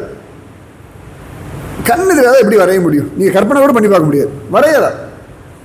கலர் காம்பினேஷன் பர்ஃபெக்டாக இருக்கா. மயில் இறகு, மயில் தோகை, ராத, கண்ணன், கிருஷ்ணன், நீலமேக ஷாமள ரூபம், அமேசிங். அப்படி இருக்கும். அப்படி வரைஞ்சி முடித்த பிறகு மற்றவ பார்க்குற இது எப்படி வரைஞ்சேன்னா, இல்லை ராதையும் கண்ணனும் எனக்கு காட்டி கொடுத்தா அதனாலே வரைஞ்சேன்.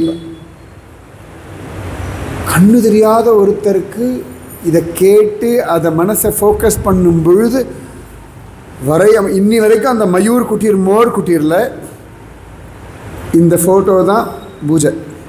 வேறு தனி மூர்த்தியெல்லாம் கிடையாது. அதுதான் நம்ம நிஜமாக சொல்ல, திருப்பி கற்பனை கூட பண்ணி பார்க்க முடியாது. அப்போ மனசுக்கு எவ்வளோ பலம் இருக்குன்னு பார்த்துக்கோம். அப்போ அந்த ராதா கிருஷ்ண தியானம் அவ்வளோ வசதி. அந்த ராதையும் கண்ணனையும் நான் தியானம் செய்கிறேன்னு தான் இந்த விருந்தாவன கண்டம் விஷயத்தை ஆரம்பிக்கிறார். அது எப்படி சாத்தியம்னா அதுக்கு அடுத்த ஸ்லோகம் ரொம்ப அழகாக சொல்கிறார். அஜ்ஞானதிமிராந்தஸ்ய ஞானாஞ்சனசலாகயாச சக்ஷுருன்மீலிதம் ஏன தஸ்மை ஸ்ரீ குரவே நமக. சக்ஷுருன்மீலிதம் ஏன தஸ்மை ஸ்ரீ குரவே நமக. அஜ்ஞானத்தினாலே குருடான எனக்கு ஞானமை கொண்டு தீட்டி எனக்கு ஞானக்கண் தந்த குருநாதனுக்கு நமஸ்காரம். அஜ்ஞான திமிராந்தஸ்ய ஞானாஞ்சன. அவ்வளவு அழகா அந்த கண் அப்படி குருடனாயிருக்கேன், குருவானவர் எனக்கு ஞானத்தை கொடுத்து என் கண்ணை திறந்து வச்சுட்டார் அப்படின்னு. அவ்வளவு சிரேஷ்டம் இந்த விருந்தாவன கண்டம். மருத மரங்கள் முறிஞ்சாச்சு. அவாவா பேசிகிட்டே இருக்கா. என்னென்னமோ பிரச்சனை வருது. பூத்தனா வந்தான், சகடாசுரன் வந்தான், திருநாவர்தன் வந்தான். அகாலத்தில் ஒரு காற்று மழை கிடையாது. சம்மந்தமே இல்லாமல் 2 மருத மரங்கள் முறிஞ்சு விழுந்தாச்சு. இப்படி அவாவா பேசிகிட்டு இருக்கா. யாருக்கும் போய் நந்தகோபுரத்தில் டிஸ்கஸ் பண்ண தெரியலை. ஒரே ஒருத்தர் மட்டும் தைரியமாக வந்து ஒரு நாள் நந்தகோபுரத்தில் பேசுகிறார். சன்னந்தர்னு பேர் அவருக்கு.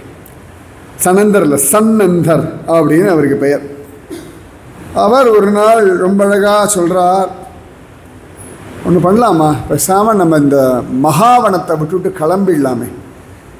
இங்கே நிறைய மாற்றி மாற்றி மாற்றி மாற்றி உட்பாதங்கள் வந்து கொண்டே இருக்குது. அவர் லிஸ்ட்டு போடுறார். இப்போ நான் சொன்னேன் இல்லையா, அவர் பூத்தனாலேருந்து எல்லா லிஸ்ட்டும் போட்டு குழந்தைகளுக்கு ஏதானும் பிரச்சனை வருது, பேசாமல் நம்ம இடத்துக்கே போயிடுவோமே. அவளோட ஒரிஜினல் இடம் நந்த கிராமம், அதுதான் அவளோட இடம். அங்கே அசுராலாம் தொந்தரவு பண்ணுறான்னு சொல்லிட்டு தான் அங்கிருந்து இங்கே வந்தார்கள். மகாவனத்துக்கு வந்து மைக்ரேட் ஆகி வந்துவிட்டா. சரி, ஏதோ எங்கேயோ நிம்மதியாக இருக்கலாம் அப்படி.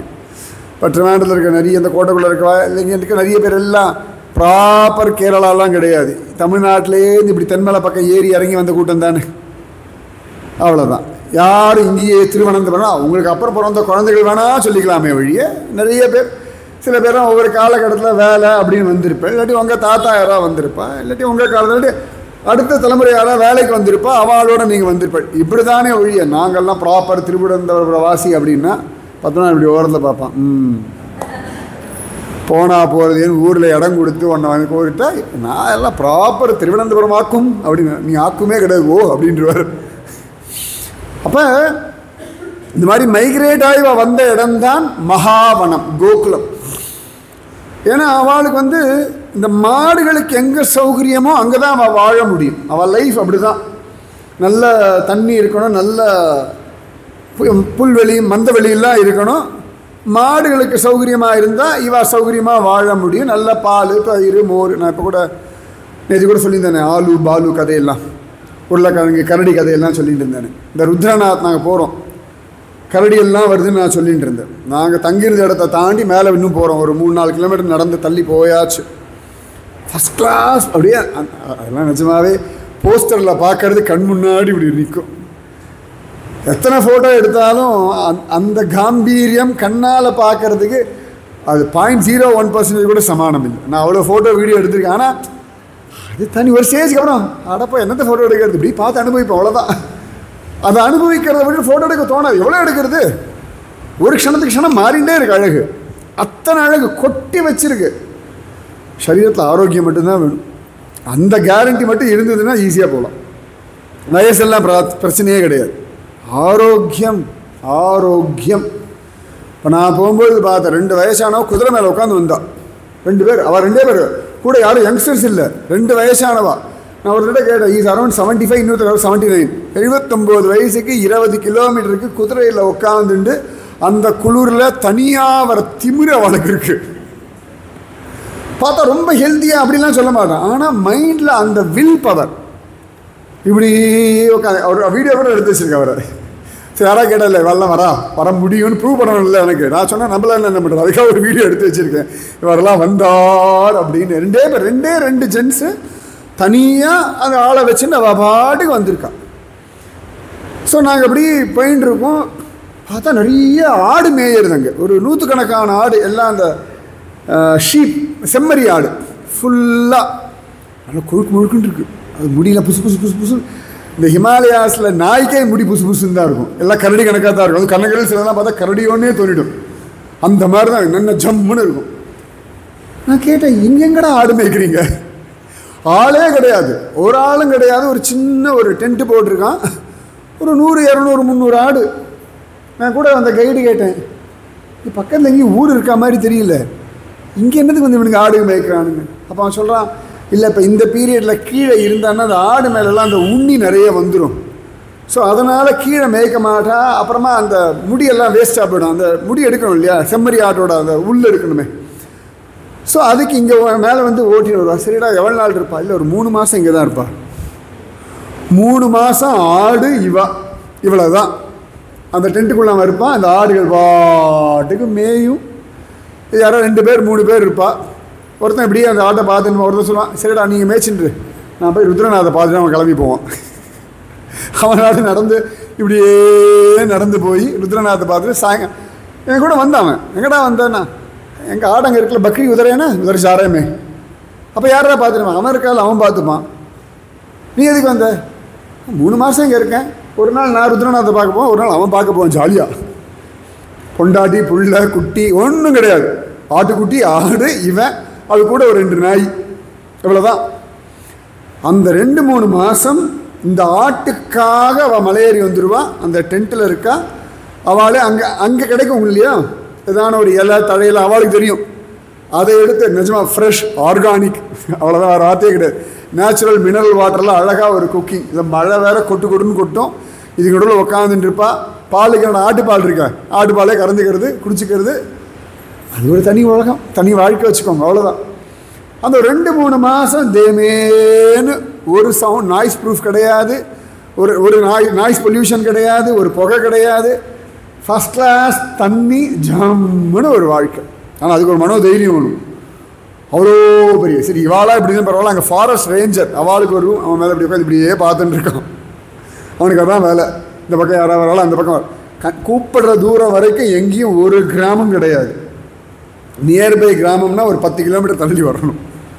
ஆனாலும் அங்கே ஒரு வாழ்க்கை. ஏன்னா அவனுக்கு அதான் பொழப்பு. அந்த ஆட்டுக்கு எது சுகமோ, குடும்பம் மனைவி குழந்தைகள் எல்லாத்தையும் விட்டுவிட்டு இங்கே வந்து. அப்போ தான் நான் வரும்போது பார்த்தா ஒரு குதிரைக்காரன் கீழே இறங்கிட்டு இருந்தான். என்னமோ வச்சுட்டு இருந்தான் அவன். என்னடா வச்சுருக்கான்னு பார்த்தா புதுசாக போட்ட குட்டி ஆடு, இத்தனோண்டு ஒரு குஞ்சு ஆடு. அதுக்கு கூட வரல, இவ்வளோதான் முனகிறது குஞ்சு, இவ்வளோதான் இத்தனோண்டு. நான் கிடையாது, எதுக்கடா அதை எடுத்துகிட்டு போகிறேன்? இல்லை அது அம்மா ரெட்டை குட்டி போட்டுது, அதுக்கு பால் கிடையாது, அதனால் கீழே எடுத்துகிட்டு போகிறேன் அப்படின்றான். அதுக்கு வந்து மேலே உள்ளனை போட்டு சுற்றி அதை இப்படி தூக்கிண்டு இந்த குதிரையில் வந்த 2 பேரையும் கூட்டுண்டு அவன் கீழே இறங்குறான். ஒரு ஸ்டேஜுக்கு அப்புறம் இப்படி வச்சுருந்தாலும் மழை பெய்யறதா, அதை தூக்கி ஒரு பேக் பேக்கில் போட்டுண்டு இந்த குஞ்சு ஆடை அது ஜாலியாக அதில் அது ரொம்ப அழகாக, அது வச்சுட்டு பார்க்கணும். அது வீடியோ எடுத்துருக்கேன்.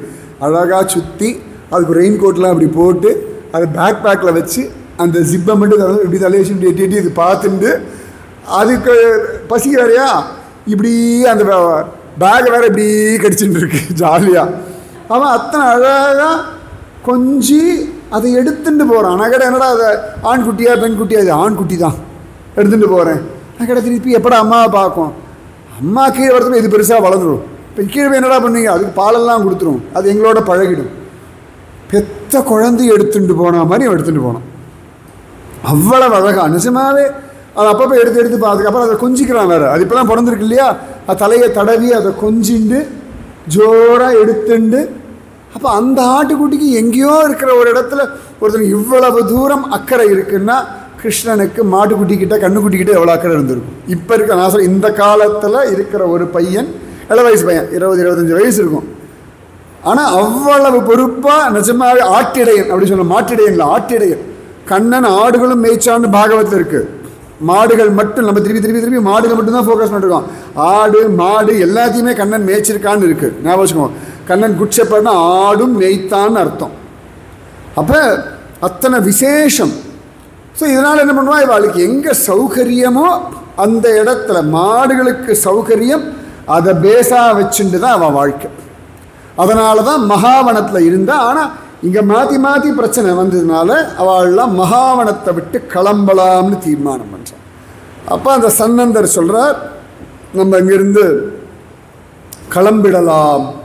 மாற்றி மாற்றி உத்பாதங்கள் வர்றது. அது என்னடானா இந்த கிருஷ்ணனையும் பலராமனும் அவர்கிட்ட ஓடிக்கிறான். ஏன்னா கிருஷ்ணனுக்கு தெரியும் இவர் தான் நம்மளை வந்து இங்கேருந்து வேறு ஊருக்கு அழிச்சு போகிறார். அவன் 2 பேரையும் மடியில் வச்சுண்டு கொஞ்சிண்டு இந்த சன்னந்தர் பேசுகிறாராம் நந்தகோபுரத்தில். கர்க சம்ஹிதையில் விசேஷமாக காண கிடைக்கிறது. இதில் அந்த மாதிரி கிடையாது, பாகவத்தில் அப்படி கிடையாது. அந்த பயலுக்கு தெரியறான், கிருஷ்ணன் பலராமன் வாடா குழந்தைகளை அப்படி கூப்பிட்டு மடியில் வச்சுண்டு பசங்க நன்னா இருக்கணும், மாற்றி மாற்றி உத்பாதங்கள் வர்றது, எங்கேருந்து கிளம்பிடலாம். உடனே அவர் சொல்கிறான், நந்தகோபுரம் கேட்குற எங்கே போகலாம், அழகான பிருந்தாவனம் போகலாம். இந்த பிருந்தாவனத்துக்கு எல்லைன்னு நிறைய உண்டு. நம்ம சாதாரணமாக பார்க்குற பிருந்தாவனம்னு உண்டு. கர்க சம்ஹிதையில் சொல்லும் பொழுது பிருந்தாவனத்து எல்லை அப்படின்னா பர்சானா, நந்தகிராமம், கோவர்தனம் வரைக்கும் பிருந்தாவனம். இப்படித்தான் கர்க சம்ஹிதை சொல்கிறது. நம்ம தனியாக நீ பார்த்தோம்னா கோவர்தனம் தனி, பர்சானா தனி, மகாவனம் தனி, மதுரா தனி, பிருந்தாவனம் தனி, தனித்தனியாக அப்படி ஒரு கணக்கு உண்டு. இது இல்லாமல் கர்க சம்ஹிதையில் நம்ம சாதாரணமாக பிருந்தாவனம் போகிறோம் இல்லையா, அந்த இடத்துல இன்றைக்கி பிருந்தாவனத்துலேருந்து கோவர்தனம் போனோம்னா அவ்வளோ நேரம் ட்ராவல் பண்ணோம். அவ்வளவு கிலோமீட்டர் தூரம் இருக்குது பர்சானா எல்லாமே. அது வரைக்கும் பிருந்தாவனம். அந்த பிருந்தாவனம் அவ்வளவு சிரேஷ்டம். அப்போ அவர் சொல்கிறார், நிச்சயமாக இந்த இடத்துக்கு போயிடலாம் நம்ம, ஏன்னா அத்தனை சிரேஷ்டமான ஒரு இடம். ஏன்னு கேட்டால் அவர் சொல்கிறார், மதுராயாம் சௌரி கிருஹே கர்காச்சாரிய முகாஸ்ருதம் மாதுரம் மண்டலம் திவ்யம் தீர்த்தராஜேன பூஜிதம். இந்த மதுரா மண்டலம், இந்த விரஜபூமி விருந்தாவனம்ன்றது தீர்த்தராஜனே பூஜை பண்ணக்கூடிய ஒரு ஸ்தலம். தீர்த்தராஜன்னா யாரு? தீர்த்தராஜன் பிரயாக்ராஜ். பிரயாக்னாலே நதிகளோட சங்கமம், அதனுடைய ராஜ் பிரயாக்ராஜ். அவனை தான் தீர்த்தராஜன்னு சொல்லும். எப்பேற்பட்டதுன்னா மாதுரம் மண்டலம் திவ்யம் தீர்த்தராஜேன பூஜித்தம். இப்போ கும்பமேளாக்கு எல்லாரும் போயிட்டு வந்தா, பிரஜவாசிகள் யாரும் போக மாட்டான். ஏன்னா அவனே இங்கே வந்து எங்களை சேவிச்சுட்டு இருக்கான், நாங்கள் எதுக்கு அங்கே போகணும்னு இருந்தோம். நான் சில பேர் பிருந்தாவனத்தில் கேட்டேன் ஃபோன் பண்ணி கேட்டேன், நீங்கள் கும்பமேளா சிரிச்சா, நாங்கள் இருக்கிறது விரஜபூமி, அவன் தான் இங்கே வரணும், நாங்கள் ஏன் அங்கே போனோம். கொஞ்சம் திமிரான பதில் தான் அது. காரணம் இங்கே இருக்குது, ரொம்ப அழகாக இருக்குது. சொல்கிறார், அத்தனை அழகாக வர்ணிக்கிறார் நம்ம சன்னந்தர். சொல்கிறார் இந்த விஷயத்தை அவ்வளவு அழகா. வைகுண்டனாபரோ லோகோ ந பூதோ ந பவிஷ்யதி ஏகம் விருந்தாவனம் நாம வைகுண்டாச்ச பராத்பரம் யத்ர கோவர்தனோ நாம கிரிராஜோ விராஜதே காளிந்தி நிகடே யத்ர புலினம் மங்களாயனம். அவ்வளவு அழகா சொல்கிறார். வைகுண்டத்தை காட்டிலும் விசேஷமான ஒன்று இனிமேல் கிடையாது. வைகுண்டாத்து ந அபரோ லோகோ ந பூதோ ந பவிஷ்யத். முன்னாடியும் கிடையாது, பின்னாடியும் கிடையாது. ஒன்றே ஒன்று தவிர, ஏகம் விருந்தாவனம் நாம வைகுண்டாச்ச பராத்பரம். வைகுண்டத்தை காட்டிலும் பல மடங்கு மேலானது இந்த பிருந்தாவனம். ஏன்னா எத்திர கோவர்தனோ நாம கிரிராஜோ விராஜத்து, எந்த இடத்துல கோவர்தன கிரிராஜன் இருக்கானோ காளிந்தி நிகட்டே எத்திர புலினம் மங்களாயனம், காளிந்தின்னு பேர். நம்ம சார்தாம் போனோம்னா யமுனோத்ரி, கங்கோத்ரி, கேதார்நாத், பத்ரிநாத், சரியா இந்த நாலுத்துக்கும் பேர் சோட்டா சார்தாம்னு பேர். சரியா சார்தாம் அப்படின்னா பத்ரிநாத், ஜெகநாத், ராம்நாத், துவாரகாநாத். இல்லை சில பேர் ராம்நாத் கிடையாது, ரங்கநாத், ஏதோ ஒன்று இருக்கட்டும், மற்ற 3 பேர் ஒன்று. பத்ரிநாத், ஜெகநாத், ராம்நாத், துவாரகாநாத், இது 4 தான் சார்தாம். சோட்டா சார்தாம் தான் உத்தராகண்ட் இருக்க யமுனோத்ரி. அந்த யமுனோத்ரியில் அந்த தேவியை வரா இல்லையா, அவள் உத்பவிக்கிற இடம் கலிந்த பர்வதம்னு பேர். அதனால தான் காளிந்தின்னு அவளுக்கு திருநாமம். அந்த இடத்துக்கு பேர் கலிந்த. அப்படி அங்கே ட்ரெக்கிங்லாம் உண்டு. அந்த யமுனோத்ரி மேலே இப்படி ஏறி அந்த பக்கம் இறங்குவாள். ஏன்னா அவள் 2 விதமாக வருவாள். ஒன்று சூரிய புத்திரியாக கொதிக்க கொதிக்க கொதிக்க அப்படி வருவாள், அக்னி குண்டத்துலேருந்து சூரிய குண்டத்துலேருந்து வருவாள். இன்னொன்று மேலேருந்து கிளேசியர் உருகி வருவாள். இது 2 சேர்ந்து தான் யமுனா. ஸோ இந்த கலிந்த எப்படி கௌமுக் சொல்கிறோம் இல்லையா, கங்கா உத்பவ ஸ்தலம், அந்த மாதிரி இந்த கலிந்த. அதனால் காளிந்தி தட்டை. அந்த காளிந்தி எங்கே இருக்காளோ, எந்த இடத்துல அழகான வயல்வெளிகள்லாம் இருக்கோ அந்த இடம்தான் இந்த பிருந்தாவனம். ரொம்ப விசேஷம். பிருஹஸ்ஸானுர்கிரி யத்ர யத்ர நந்தீஸ்வரோ கிரி க்ரோஷாணாம் சதுர்விம்சத் விஸ்திருதை காணனைர்விருத்தம். ரொம்ப அழகா சொல்றார். எந்த இடத்துல பிருஹஸ்ஸானுகிரி யத்ர நந்தீஸ்வரோ கிரி, 2 மலையை முக்கியமாக சொல்றார். பிருஹஸ்ஸானுகிரி, விஷபானுபுரம், பர்சானா. பர்சானா மலை பிரம்மதேவரே மலையாக இருக்கார். ஏன்னா கண்ணனும் ராதியுடைய லீலையை பார்க்கணும், அவர் இருக்கார். அப்போ இன்னொரு மலையை சொல்கிறார், நந்தீஸ்வரோ கிரி. நந்தீஸ்வரன் சிவபெருமான் மலையாக இருக்கார். அதுதான் இந்த இன்னைக்கு காலகட்டத்தில் நந்த கிராமம்னு பேர், நந்தகாவுன்றது. இன்றைக்கும் பார்த்தோம்னா இந்த நந்த கிராமம் ஒரு மலை. அந்த மலை மேலே தான் நந்தகோபருடைய திருமாளிகை இருக்குது. இன்றைக்கும் அங்கே பார்த்தேன்னா அந்த நந்தகோபுர திருமாளிகை டெரிட்டரிக்குள்ளேயே நந்தீஸ்வரர்னு ஒரு சிவபெருமான் இருக்கார். அந்த நந்தகோபுர திருமாளிகை பார்த்துட்டு அந்த நந்தீஸ்வரரை பார்த்தா தான் நந்தகாவு போயிட்டு வந்த புண்ணியம் அப்படின்னு புராணங்கள் சொல்கிறார். நிறைய பேர் பார்க்க மாட்டார். உள்ளே நுழையும் போது லெஃப்ட் சைடில் இருப்பார். சின்ன ஒரு இப்போ பஞ்சநந்தன் கணபதி கோவில் கூட பெருசு, அதை விட குட்டி, அது. ஆனால் நந்தீஸ்வரர்னு பேர். என்னடான்னா ராதா கிருஷ்ண சரண கமலங்களை சுமக்கணும்னு சிவபெருமான் மலையாக வந்திருக்கான். ராதா கிருஷ்ண சரண கமலங்களை சுமந்துண்டு லீலைகளை அனுபவிக்கணும்னு சொல்லிண்டு ரொம்ப அழகாக பிரம்மதேவரே மலையாக வந்திருக்கார். அதனால் அத்தனை சிரேஷ்டம் ஜோரா அப்படி ஆயிருக்கு. அந்த இடத்துக்கு நாம் போயிடலாம். லதா குஞ்சாவிருத்தம் தத்வை வனம் விருந்தாவனம் ஸ்ருதம் பசவ்யம் கோப கோபீனாம் கவாம் சேவ்யம் மனோகரம் லதா குஞ்சாவிருத்தம் தத்வை வனம் விருந்தாவனம் ஸ்மிருதம். அவ்வளவு அழகான அந்த பிருந்தாவனத்துக்கு போயிடலாம். இப்போ உடனே நந்தகோபர் அழகாக கேட்கிறார், கதாவிரஜோயம் சன்னந்த தீர்த்தராஜேன பூஜிதக ஏதத் விதித்தும் இச்சாமி பரம் கௌதூகலம் ஹிமே. இங்கே அவர் சொன்ன பிருந்தாவனம் எல்லாம் இருக்கட்டும், இந்த தீர்த்தராஜ் அவன் பூஜை பண்ணான்னு சொல்கிற எனக்கு அது புரியலையே. அவ்வளோ வசதி தீர்த்தராஜ், எல்லாரும் உலகம் முழுக்க பிரயாகராஜ் போயின்னு இருக்கா, அவன் போய் பிருந்தாவனத்தை பூஜை பண்ணுறான்னா எனக்கு அதை கொஞ்சம் சொல்ல முடியுமா? கேட்குற ஆசையாக இருக்குது. கேள்வி கேட்கலாம், எத்தனை தடவை வேணால் கேள்வி கேட்கலாம், எத்தனை விதமாக வேணால் கேள்வி கேட்கலாம், பதில் தெரிஞ்சுக்கணும். எல்லாமே கேள்வி பதில் தான். நம்ம சனாதன தர்மத்தில் தான் கேள்வி கேட்கறதுன்னு அலௌடு. ஆனால் தத்வித்தி பிரணிபாத்தேன பரிப்பிரஸ்னேன சேவையா உபதேக்ஷந்தி தே ஞானம் ஞானினக தத்துவ தர்ஷனம். மகாபாரதம் கேள்வி பதில், ராமாயணம் கேள்வி பதில், பாகவதம் கேள்வி பதில், கர்க சம்ஹிதை கேள்வி பதில், பகுலாஸ்வராஜா நாரத மகரிஷி இவா 2 பேர் பேசுறது இப்படி தானே வருது. அப்போ இப்போ சன்னந்தர் சொல்கிறார், நந்தர் கேள்வி கேட்குறார். அப்போ ரொம்ப அழகாக சொல்கிறார், இந்த சன்னந்தர் சொல்கிறார், சங்காசுரோ மகாதைத்யக புராணைமித்திகேலயே ஸ்வாபதோ பிரம்மணஹ சோபி. சங்காசுரன் ஒருத்தர் இருந்தான். அவன் ஒரு சந்தர்ப்பத்தில் நைமித்திக்க பிரளயம், மகா பிரளயம் வேறு, நைமித்திக்க பிரளயம்னு ஒன்று உண்டு. நிறைய பிரளயம் உண்டு வச்சுக்கோங்களேன். இந்த சின்ன குட்டி குட்டி பிரளயம், நம்ம சொல்கிற சுனாமி மாதிரி வச்சுக்கோங்களேன், சின்ன பிரளயம், நைமித்திக்க பிரளயம்.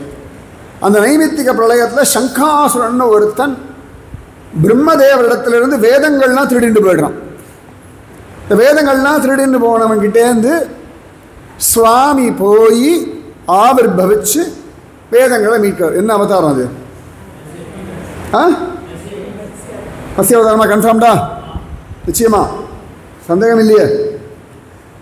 பகவான் மத்ஸ்ய ரூபம் எடுத்து அழகாக அவனோட சண்டை போட்டு சங்காசுரனை வதம் பண்ணி வேதங்கள் எல்லாம் மீட்டு இந்த பிரயாக இருக்கு பாருங்க, அங்கே வச்சு தான் பிரம்மா கிட்ட வேதங்களை கொடுக்குறார்.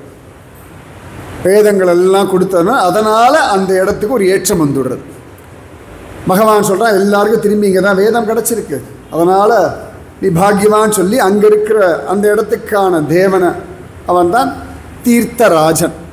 அந்த தேவனை இப்போ சொல்லல, எங்கள் ஊர், எங்கள் ஏரியா, எங்கள் எம்எல்ஏ, எங்கள் எம்சி, யாராவது ஒருத்தன் ஜெயிச்சுட்டான், எதாவது பெருசாக சாதிச்சுட்டான்னா உடனே பேப்பரெல்லாம் வந்தாச்சுன்னா உடனே அந்த ஊரில் இருக்கக்கூடிய அந்த லோக்கல் கவுன்சிலர் போய் எங்கள் ஊர் பையன், எங்கள் தெரு அப்படின்னு சொல்லுவோம்ல. சாதிக்கிற வரைக்கும் யாரும் கண்டுக்க மாட்டான். இப்போ நமக்கே யாராவது தெரியும், அதெல்லாம் ஒன்றும் உருப்படாது தெரியும், எங்கேயாவது சாதிச்சுட்டான்னு பேர் இருந்தா சின்ன வயசில் நான் பார்த்த பயலாக்கும் யார் வேணால் பேட்டி கொடுப்பான். அவனுக்கு ஒரு ஒத்தாசம் பண்ணியிருக்க மாட்டான் அந்த பயலுக்கோ அந்த பொண்ணுக்கோ. டிவியை வெளிச்சம் வரலாம் உடனே கடற்கடன்னு எல்லாரும் சொல்லுவா இல்லையா? அந்த மாதிரி இவன் இடத்துல சுவாமி திரும்பவும் அந்த வேதங்களை கொடுத்துட்டார். கொடுத்த உடனேயே அழகாக பிரம்மதேவருக்கு பரமசந்தோஷம், அழகான பரமசந்தோஷம். உடனே இந்த தீர்த்தராஜனை நீ தான் இனிமேல் ராஜா அப்படின்னு சொல்லி பகவான் அந்த தேவனுக்கு தீர்த்தராஜன் பட்டாபிஷேகம் எல்லாம் அங்கேயே பண்ணி வச்சு, கங்கையும் யமுனையும் கலக்கிற அந்த இடத்துல பட்டாபிஷேகம் பண்ணி வச்சு அவனுக்கு கொடையாக ஒரு அக்ஷய வடத்தை கொடுத்தார். இன்றைக்கும் பிரயாக்ராஜில் ஒரு அக்ஷய வட்டம் உண்டு. நிறைய பேருக்கு கயா அக்ஷய வட்டம் தான் முக்கியம் நினச்சிருக்கேள். இந்த அக்ஷய வட்டம்ன்றது சுகஸ்தலில் ஒன்று இருக்குது, அக்ஷய வட்டம். அங்கே தான் பாகவதம் சொன்னார். நைமிசாரண்யத்தில் ஒரு அக்ஷய வட்டம் இருக்குது, அது கீழே தான் வியாசகத்தி இருக்குது. அதுக்கப்புறமா தீர்த்தராஜன் இந்த பிரயாக்ராஜில் ஒரு பெரிய கோட்டை இருக்கும், அந்த இடத்துல ஒரு பெரிய வட்டவிருட்சம் இருக்குது, அக்ஷய வட்டம். அக்ஷயம்னா குறைவில்லாதன்னு அர்த்தம். அங்கே ஒரு அக்ஷய வட்டம் இருக்குது. நிறைய இடத்துல அக்ஷய வட்டம் உண்டு.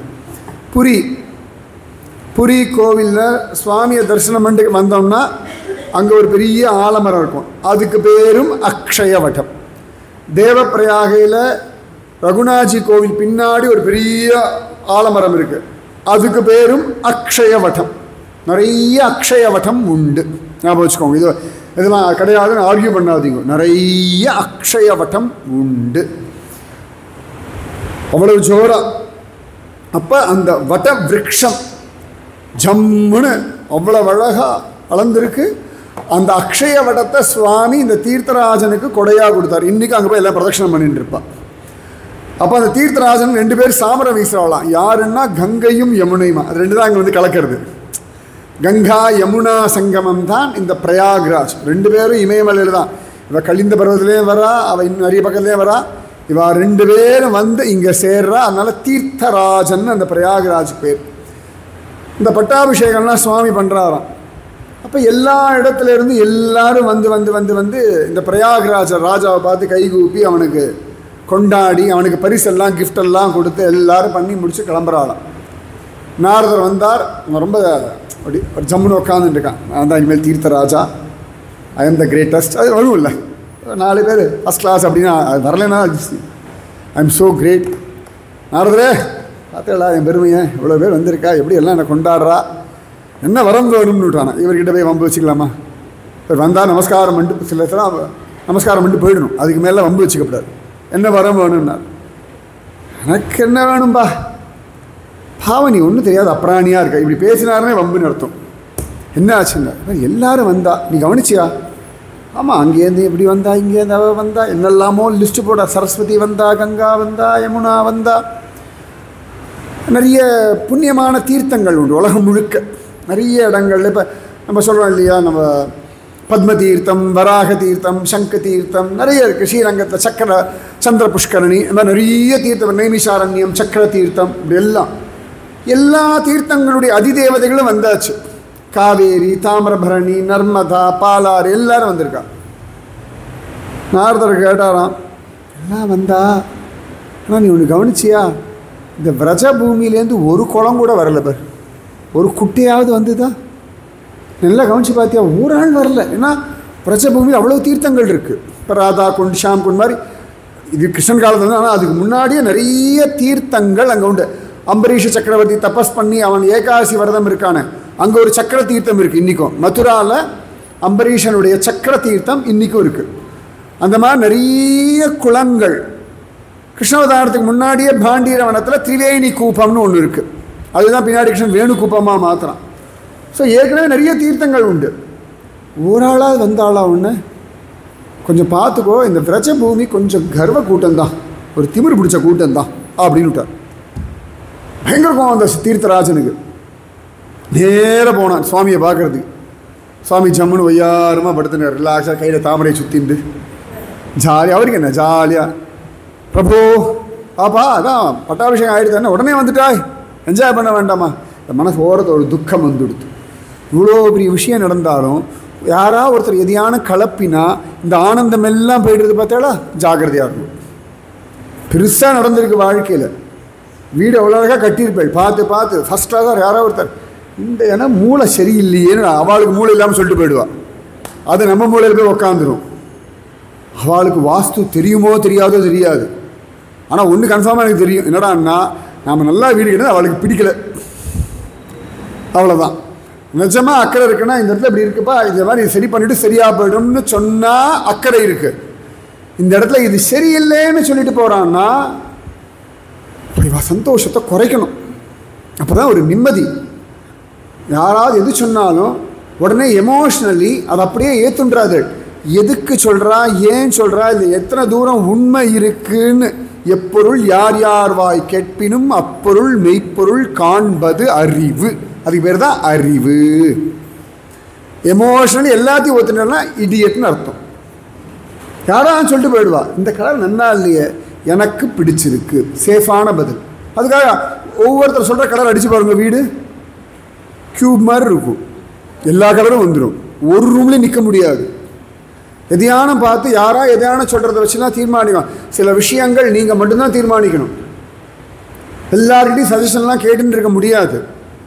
ரொம்ப வயசாக எடுத்து அவளுக்கு பெருசாக அவளுக்கு எந்த விஷயத்தையும் பண்ணிக்க முடியா. We have to take the decision. அவளை யார் பார்த்துக்கிறாளோ அந்த அட்டெண்டர் தான் டெசிஷன் எடுக்க முடியும். அவளை டெசிஷன் எடுக்க விட முடியாது. ஒரு 3 வயசு குழந்தை நான் ஸ்கூலுக்கு போக மாட்டேன்னு எழுது, அதை டெசிஷன் எடுக்க விடுவோமா? எடுக்க விடக்கூடாது. ஸ்கூலுக்கு போயிட்டு வந்தால் சாக்லேட் தரேன், பிஸ்கெட் தரேன், எத்தியான்னு சொல்லி ஸ்கூலில் கொண்டு தள்ளி விடணும். எந்த குழந்தை ஆசைப்பட்டு ஸ்கூல் போயிருக்கு? நாம தான் போயிருக்கோமா? நாம் ஆசைப்பட்டு ஸ்கூல் போனோன்னா டீச்சர் வரலன்னா முதல்ல குதிக்கிற கூட்டமே நாம தான். நீ சொல்லுவோம், குழந்தை நன்னா படி தெரிஞ்சுதா, இந்த மாதிரி ஸ்கூல் டேஸ்லாம் திரும்ப எல்லாம் என்னடா தாண்டி வந்ததுக்கப்புறம் சொல்லுவான். இருக்கும்பொழுது பாகவதம் கிளாஸ் இன்றைக்கி இல்லைனாலும் குதிக்கிற கூட்டமாக இருக்குது இன்னி வரைக்கும். நம்ம அப்பாடா இன்றைக்கி மழையாக இருக்குது போகணுமே நினச்சேன், பரவாயில்ல மாமியே கேன்சல் பண்ணிட்டா. அது நமக்கு என்னென்னா, நமக்கு லீவு வேணும், நாம் லீவ் போடக்கூடாது, அவளாக கேன்சல் பண்ணிடணும். இத்தனை வயசாகியே புத்தி இப்படி இருக்குது. இந்த குழந்தைகிட்ட என்ன நம்ம சொல்கிறது? இப்போ எப்பொழுதுமே யார் எதை சொன்னாலும் அதில் இருக்கக்கூடிய நியாயம் அவசியத்தை மட்டும் பார்த்துக்கணும். இப்போ இவ்வளவு ஆனந்தமும் போயிடுது அவனுக்கு. ஆனால் நாரதர் என்ன பண்ணுறாருன்னா, இவனுக்கு தான் பெரியவன் ஒரு அகம்பாவம் இருக்கு இல்லையா, அந்த அகம்பாவத்தை குறைப்பதற்காக இப்படி சொல்லிட்டான். போய் சுவாமிகிட்ட சொல்லிட்டான், என்னடாச்சு விஷயம்? பாருங்க பிரபு, இந்த மதுரா விரஜபூமியில் இருக்கக்கூடிய ஒன்றுமே வரல. பகவான் சிரிச்சாண்டே, உனக்கு பட்டாபிஷேகம் பண்ணி வச்சு எல்லாத்துலேயும் அதிகாரம் கொடுத்தேன்னா ஏன் வீட்டுக்குள்ளே அதிகாரம் கொடுக்கல, ஏன் வீட்டுக்குள்ளேயும் உனக்கு அதிகாரம் கொடுத்தேன்னு நினச்சுடாதே. பிரஜமண்டலம் என்னோட வீடு, ஞாபகம் இருக்கட்டும். நீ தான் அந்த இடத்துல போய் சேவிக்கணும் வழியா, அங்கிருந்து ஒருத்தரும் உன்னை சேவிக்க வரமாட்டார்கள். என்ன நினச்சிட்டு இருக்கா நீ? ஏதோ பூமியில் ஒரு பகுதி நினச்சிண்டியா? போடா, பூமாதேவியே அடங்கி போனா அப்படின்றார். உடனே தீர்த்தராஜன் பிரயாகராஜ் கையை கூப்பிண்டான். உடனே அழகாக அங்கேருந்து மன்னிச்சுடுங்கோ பிரபுன்னு கிளம்பி வந்துவிட்டான். உடனே நந்தர் பிடிச்சுட்டார். பூமாதேவிக்கு எப்போ கர்வம் வந்தது, எப்போ அடங்கினா? அடுத்த கதை போகிறது. இப்போ தீர்த்தராஜ் பிரயாகராஜ் ஒன்று புரிஞ்சாச்சு, இது சாதாரண பூமி கிடையாது, இந்த விரஜமண்டலம், இங்கே இருக்கிற தீர்த்தங்கள் சாதாரணமாக ஏதோ குளம் குட்டை கிடையாது, இதுக்கெல்லாம் முன்னாடியே சீனியர் மோஸ்ட் இடம்னுட்டார். இப்போ அடுத்து கேட்குறார், பூமாதேவிக்கு என்ன ஆச்சுன்னா, யஜ்ஞவராக மூர்த்தி, ஆதி வராக புராணம், பகவான் அவ்வளவு அழகாக பூமாதேவி அப்படி உத்தாரணம் பண்ணிட்டு வரார். இரண்யாக்ஷனை வதம் பண்ணிட்டு உத்தாரணம் பண்ணிட்டு வரார். அந்த இரண்யாக்ஷனோட புள்ள பேர் தான் நேற்று நான் சொன்னேன், உத்கசன். அவன் என்னவா வந்தான்? சகடாசுரன். பரவாயில்ல, good boys and good girls. சகடாசுரனா வந்தான், மோட்சம் அடைஞ்சான். அந்த இரண்யாக்ஷனை வதம் பண்ணிட்டு சுவாமி பூமியை உத்தாரணம் பண்ணிட்டு வரார். பூமாதேவி குஷி ஆயிடுது. சுவாமி என்னை எங்கே நிலைநிறுத்த போறேன், ஒரே ஜலப்பிரவாகமாக இருக்கே அப்படின்னாலாம். வராகமூர்த்தி அப்படி சிரிச்சாராம், இப்படி பார்த்துட்டே வா, எங்கே மரம் செடி கொடியெல்லாம் தெரியறதோ அந்த இடத்துல உன்னை நான் ஸ்தாபிதம் பண்ண போறேன்னுட்டாராம். பூமாதேவி பார்த்தா, சுவாமி மரம் செடி கொடியெல்லாம் என்கிட்ட இருக்கு, நீ என்ன எங்கே ஸ்தாபிதம் பண்ண போறேன்னு கேட்டால் மரம் செடி கொடி இருக்கிறத ஸ்தாபிதம் பண்ண போறேன்னு சொல்கிறேல, எனக்கு புரியலையே என்ன. ஓ அப்படி சொல்கிறியா, நீ பார்த்துட்டே வாயேன், எங்கேயும் மரம் செடி கொடி இல்லைன்னா அப்புறம் பார்க்கலாம். பூமாதேவி இப்படி பார்த்துட்டே வரலாம். ஒரு இடத்துல பிரளய ஜலத்தில் மரம் செடி கொடிகளோட ஒரு பிரதேசம் தனியாக இருக்கான். நமக்கு பிரளயமே கற்பனை பண்ண முடியாது, அதில் பூமாதேவி உத்தாரணம் நம்ம கற்பனையே பண்ண முடியாது. மரம் செடி கொடியோட ஒரு பிரதேசம் தனியாக பிரளயத்தில் ஜம்முன்னு அலைஞ்சுட்டு இருக்கு. பூமாதேவி பார்க்குறா, இது எந்த இடம்? இந்த இடம் தான் நான் சொன்னேன், இதுதான் உன்னை தாங்க போகிறது அப்படின்ட்டு அது மேலே கொண்டு பூமியை வச்சாராம். அந்த பிரதேசம்தான் விரஜ மண்டலம். பூமியை விட சீனியர் மோஸ்ட் கோலோகத்திலேருந்து சுவாமி அனுப்பினார் சொன்ன இல்லையா, ஏதோ கிருஷ்ணவதாரத்துக்கு முன்னாடி இப்படி அனுப்பினார் இல்லை, இது எப்பயோ கோலோக பிருந்தாவனத்தில் நடந்த டிஸ்கஷன். வராகமூர்த்தியினுடைய அவதாரத்துக்கு முன்னாடியே விரஜபூமி வந்தாச்சு. அதனால் விரஜபூமி தனியாக, பூமியில் இருக்க விரஜம் இல்லை, விரஜபூமி. அதுக்கு மேலே இந்த பூமியை ஸ்தாபிதம் பண்ணியிருக்க. அதனால் இது பூமியில் ஒரு பார்ட்டு கிடையாது, அந்த மதுரா தாமம் அந்த விரஜபூமி தான் எல்லாத்தையும் தாங்கிட்டு இருக்கு. அதனால தான் வைகுண்டத்தை காட்டிலும் பெருசு. எவ்வளோ வசதினால்தான் விருந்தாவனம் போயிட்டு வந்தால், விருந்தாவனம் அதில் புல்லாய் பிறவி தர வேண்டும், விருந்தாவனத்தே கண்டோமே ஆண்டாள் சொல்கிறா. அதனால் விருந்தாவனம் போகிறேள் அப்படின்னா கிருஷ்ண கிருபை ராதா அனுகிரகத்தினாலே மட்டும்தான் சாத்தியம். ஏதோ ட்ரெயின் டிக்கெட் புக் பண்ணியாச்சு, ஃப்ளைட் டிக்கெட் புக் பண்ணியாச்சு, டெல்லியில் இறங்கியாச்சு, ஒரு 3 மணி நேரத்தில் போயிடலாம், ஹோட்டலில் தங்கிடலாம். அங்கே உள்ள நுழையணும்னா கிருஷ்ணனுடைய அந்தப்புறம், முக்கியமாக ராதாராணியினுடைய அந்தப்புறம். அங்கே ராதாராணி அனுமதி கொடுத்தால்தான் எல்லாரும் ராதே ராதே ராதே ராதே ராதே ராதே ராதே ராதே ராதே ராதேன்னு ஜபிச்சுட்டு இருக்கா. ஏன்னா அவள் அனுமதி கொடுத்தா மட்டும்தான் அந்த பிரதேசத்துக்குள்ள நுழைவதற்கான அதிகாரம். ஸோ தீர்த்தராஜ் பிரயாகராஜும் வந்து சேவிக்கக்கூடிய ஒரு ஸ்தலம் விரஜபூமி. விரஜபூமியில தான் இந்த பூமி நிலை பெற்று இருக்கிறது. மதுரா தாமம், பிருந்தாவன தாமம், இது எல்லாமே விரஜபூமி தான். இதுக்கு மேலே தான், அதோடைய ஆதாரத்தில் தான் பூமி நிலை பெற்று உள்ளது. அதனாலே அந்த விரஜமண்டலத்தில் இந்த நந்தீஸ்வர மலை, ரிஷபானுபுர மலை இருக்க, இங்கே போன்னு சொல்கிறார். ரொம்ப சந்தோஷம் நந்தகோபருக்கு, இவ்வளோ வசதியா. அப்போ இந்த கோவர்தனம் அவ்வளோ வசதியா? ஆமாம், அதை பற்றி சொல்லுங்களேன்றார். நான் ஆரம்பத்திலேயே சொன்னேன் எப்படி கோவர்தனம் வந்ததுன்னு. ராதாராணி சொல்கிறா இல்லையா, பிருந்தாவனம் இல்லாமல், கோவர்தனம் இல்லாமல், யமுனை இல்லாமல் நான் பூமிக்கு வரமாட்டேன்றா இல்லையா. அப்போ இந்த கோவர்தனம் எப்படி வந்தது அப்படின்னு ஒன்று ரொம்ப அழகாக கோவர்தனம் பூமிக்கு வந்த கதை சொல்கிறார். கர்க சம்ஹிதையில் ரொம்ப அழகாக இது காண கிடைக்கிறது. ராதாராணி சொன்ன உடனே பகவான் கோவர்தனத்தினுடைய ஒரு பகுதியை இங்கே அனுப்புகிறார். அது எங்கடா இருக்குது அப்படின்னா ஜம்பு தீபத்திற்கு மேற்கு பக்கத்தில் சால்மலி தீபம் அங்கே இருந்ததுன்னு இருக்கு. இந்த கோவர்தனம் துரோணாச்சலத்துக்கு குழந்தையா பிறக்கிறான் அந்த தேவன், அது அங்கெங்கேயோ இருக்குது. அப்போ புலஸ்திய மகரிஷி அவர் காசியில் உட்காந்து தபஸ் பண்ணுவார். இது வரைக்கும் இதெல்லாம் நீங்கள் கேட்காத கதைகள், அதை கொஞ்சம் கவனித்து கேட்கணும். அவ்வளோ அழகாக அந்த சால்மலி தீபத்தில் துரோணாச்சல பர்வதத்தினுடைய பிள்ளையாக இந்த கோவர்தனம் பிறந்துட்டான். பிறந்த உடனேயே எல்லாரும் வந்து அவனை கொண்டாடி அவனுக்கு பட்டாபிஷேகம் பண்ணுறாளாம். ஹிமாலயம், விந்தியாச்சலம், மேரு பர்வதம் எல்லாம் யாரெல்லாம் பெரிய பெரிய சைஸு பெரிய மலைகள்னு சொல்கிறோமோ, மந்திரமலை தான் பகவான் சமுத்திர மதனம் பண்ணுறான். அந்த மந்திரமலை, ஹிமயம் எவ்வளோ வசரம் நமக்கு நன்னா தெரியும். அந்த ஹிமவான், விந்தியாச்சல், இப்படி உலகத்தில் எத்தனைலாம் பெரிய மலைகள் உண்டோ எல்லாரும் வந்து இந்த கோவர்தனத்துக்கு பட்டாபிஷேகம் பண்ணி நீ தான் கிரிராஜன்னு சொல்கிறான். சைஸு பார்த்தா இத்தினூண்டு பய, மூர்த்தி சிறுசு, கீர்த்தி பெருசு. இமயமலை பத்மநாபர் மாதிரி வச்சுக்கோங்க, கோவர்தனத்தை குருவாயூரப்பன் மாதிரி வச்சுக்கோங்க. இருக்கிறவெல்லாம் அங்கே தானே ஓடுறேன், கிருஷ்ணா குருவாயூரப்பான்னு. அனந்தபுரத்தில் இருக்கவாள்லாம் ஒரு மாதம் ஒரு தடவை, அத்தனை பேர் பெருமையாக என்கிட்ட சொல்லியிருக்கா, மாதம் ஒரு தடவை குருவாயூரப்பனை பார்த்தா தான் அப்பாடா. அப்படிதான், அவ்வளோதான். ஏன்லாம் தெரியாது, அது குருவாயூரப்பன்னா ஒரு ஈர்ப்பு தானாக ஒரு ஸ்வபாவமாக வந்துடும். அந்த மாதிரி எல்லாரும் இந்த கோவர்தனம், இப்போ ஒரு குழந்தை இருக்குன்னா எல்லாருக்கும் அந்த குழந்தைகிட்ட தானே ஃபோக்கஸ் இருக்கும். அந்த மாதிரி கோவர்தனம் குழந்தை, கண்ணா இந்த மைக் இங்கே இருக்கு பார்த்துக்கோ, கோவர்தன குழந்தை எல்லாரும் அவனுக்கு கிரிராஜ பட்டாபிஷேகம் பண்ணி வச்சுட்டாலும் அவன் அமைதியாக தேமேன்னு இருக்கான். அப்போ ஒரு சந்தர்ப்பத்தில் புலஸ்திய மகரிஷி வரார். காசியில் உட்காந்து தியானம் பண்ணுறவர், விஸ்வநாத பூஜை பண்ணுறவர். அவர் ஒரு நாள் இப்படி வரார், துரோணாச்சல பர்வதத்துக்கு வரார். வந்து பார்க்குறார், இந்த துரோணாச்சலம் ரொம்ப அழகாக, இதுக்கும் துரோணருக்கும் சம்மந்தம் கிடையாது, பேர் தான் துரோணாச்சலம், ஒன்றும் குழப்பிக்கப்படாது. துரோணாச்சலத்துக்கு வந்து ரொம்ப ஆச்சரியமாக பார்க்குறார். அந்த கோவர்தனம் அவ்வளோ அழகாக இருக்குது. நிறைய கொடிகள், மரங்கள், செடிகள், குகைகள், பாறைகள், ரொம்ப அழகு அந்த கோவர்தனம். ஏன்னா கோலோக பிருந்தாவனத்திலேருந்து வந்ததுனால அத்தனை சிரேஷ்டமான ஒரு கோவர்தனம். அப்போ அழகாக அந்த கோவர்தனத்தை பார்த்தோன்னே இந்த துரோணாச்சல பர்வதத்துக்கிட்ட புலஸ்தியர் கேட்குறாராம், அப்பா அவன் சொல்கிறான், உங்களுக்கு என்ன வேணும் கேளுங்கோ மகரிஷியை, நான் உங்களுக்கு பண்ணுறேன்.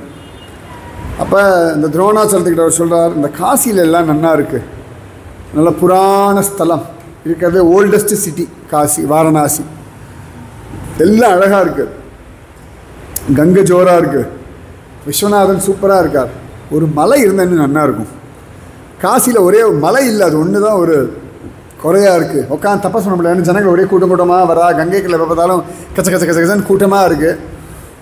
ஒரு மலை இருந்தால் நான் பாட்டுக்கு மலை இல்லை குகையில் உட்காந்து தப்பஸ் பண்ணுவேன்.